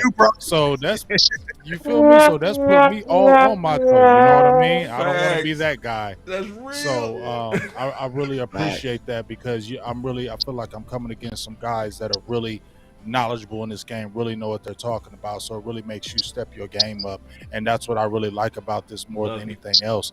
And then when you got all of our collective minds together, just like Boston was saying, I think this is groundbreaking because of the panel. We have 6 guys on here that are putting in work. And so when you guys are listening to this, you're hearing all kind of views, and we're going in depth. I mean, we went totally in depth on all these positions. And by the time we're done with all these positions, man, I think this is going to be great for the community. And just that, like DMV said, people are ghost watching all the time. And they see the passion that we have, and hopefully that we can continue to make waves. So like I said, we can make a difference in these streets. And I think this show right here is going to show and prove that as it continues to grow. What we doing next? What we doing next? Defensive ends. I said that, man. I know, but man, when you one vote, I'm trying to see. Can you know y'all want to? So we gonna do just the edge rushes only? Or do we put it together? Edges and DTs. Do we put them together? That's gonna be long. That's gonna be a little bit tougher, I would think. Okay, edge rushers only, man. You gotta break them up. Edges. Yeah, we'll leave it at edges, which is also outside linebackers too. We go put both of those. At least we'll put those together: outside linebackers and edges. All right. Man, I can't wait to do the offensive line. That's the what I can't wait. I can't wait to. I can't wait till that. I'm just gonna listen to OC and take all his stuff. Yes, indeed. Hey guys, next week I'll be on vacation, so I won't be here. But I will still send you a list. I'll still send you a list. And we'll communicate your list. We did that for the OC last week, so we'll do that for you this week. Also, y'all keep law in your prayers. I'm gonna just say that to you. Y'all keep law in your prayers, okay? Yes, sir. That's just sir. He got some things. Let's just be praying for the homie. But man, that was the final word. We will never do 3 hours again. We not talking about Zeke no more. We better not. Man, we better not. Zeke took 2 hours by better itself. Not. You made that happen. No, that was Law, bro. Law did that was you. You wanted the smoke, bro. It was. I see my girl was over here giving me the side eye the whole time. Like, damn, y'all still talking? I've been really in the field, let her rush, I let her feel. I see you ladies turn the lights off. Turn them off. Just say goodnight, the party's over. And if it was up to me, if it was up to little old me, I saw that, baby. I ain't doing 3 hours no more, bro. I had no idea we went 3 hours. And with the 17th pick of the 2020 Dallas Cowboys NFL draft. Hey, and if anybody was putting in super chats, I couldn't see it. I'm just letting y'all know I couldn't see it. We'll do better with that. But that was the final word, man. We thank y'all for rocking with us, man. Real talk. Yoga Flames all day. Yoga Fire! Flames. Dracarys.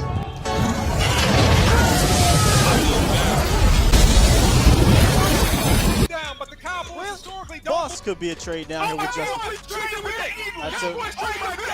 We got to trade. We got to trade. We got to trade. I said this is the place to move. We were just sitting here talking Justin Fields. I said it loud and clear. This is the place to move down.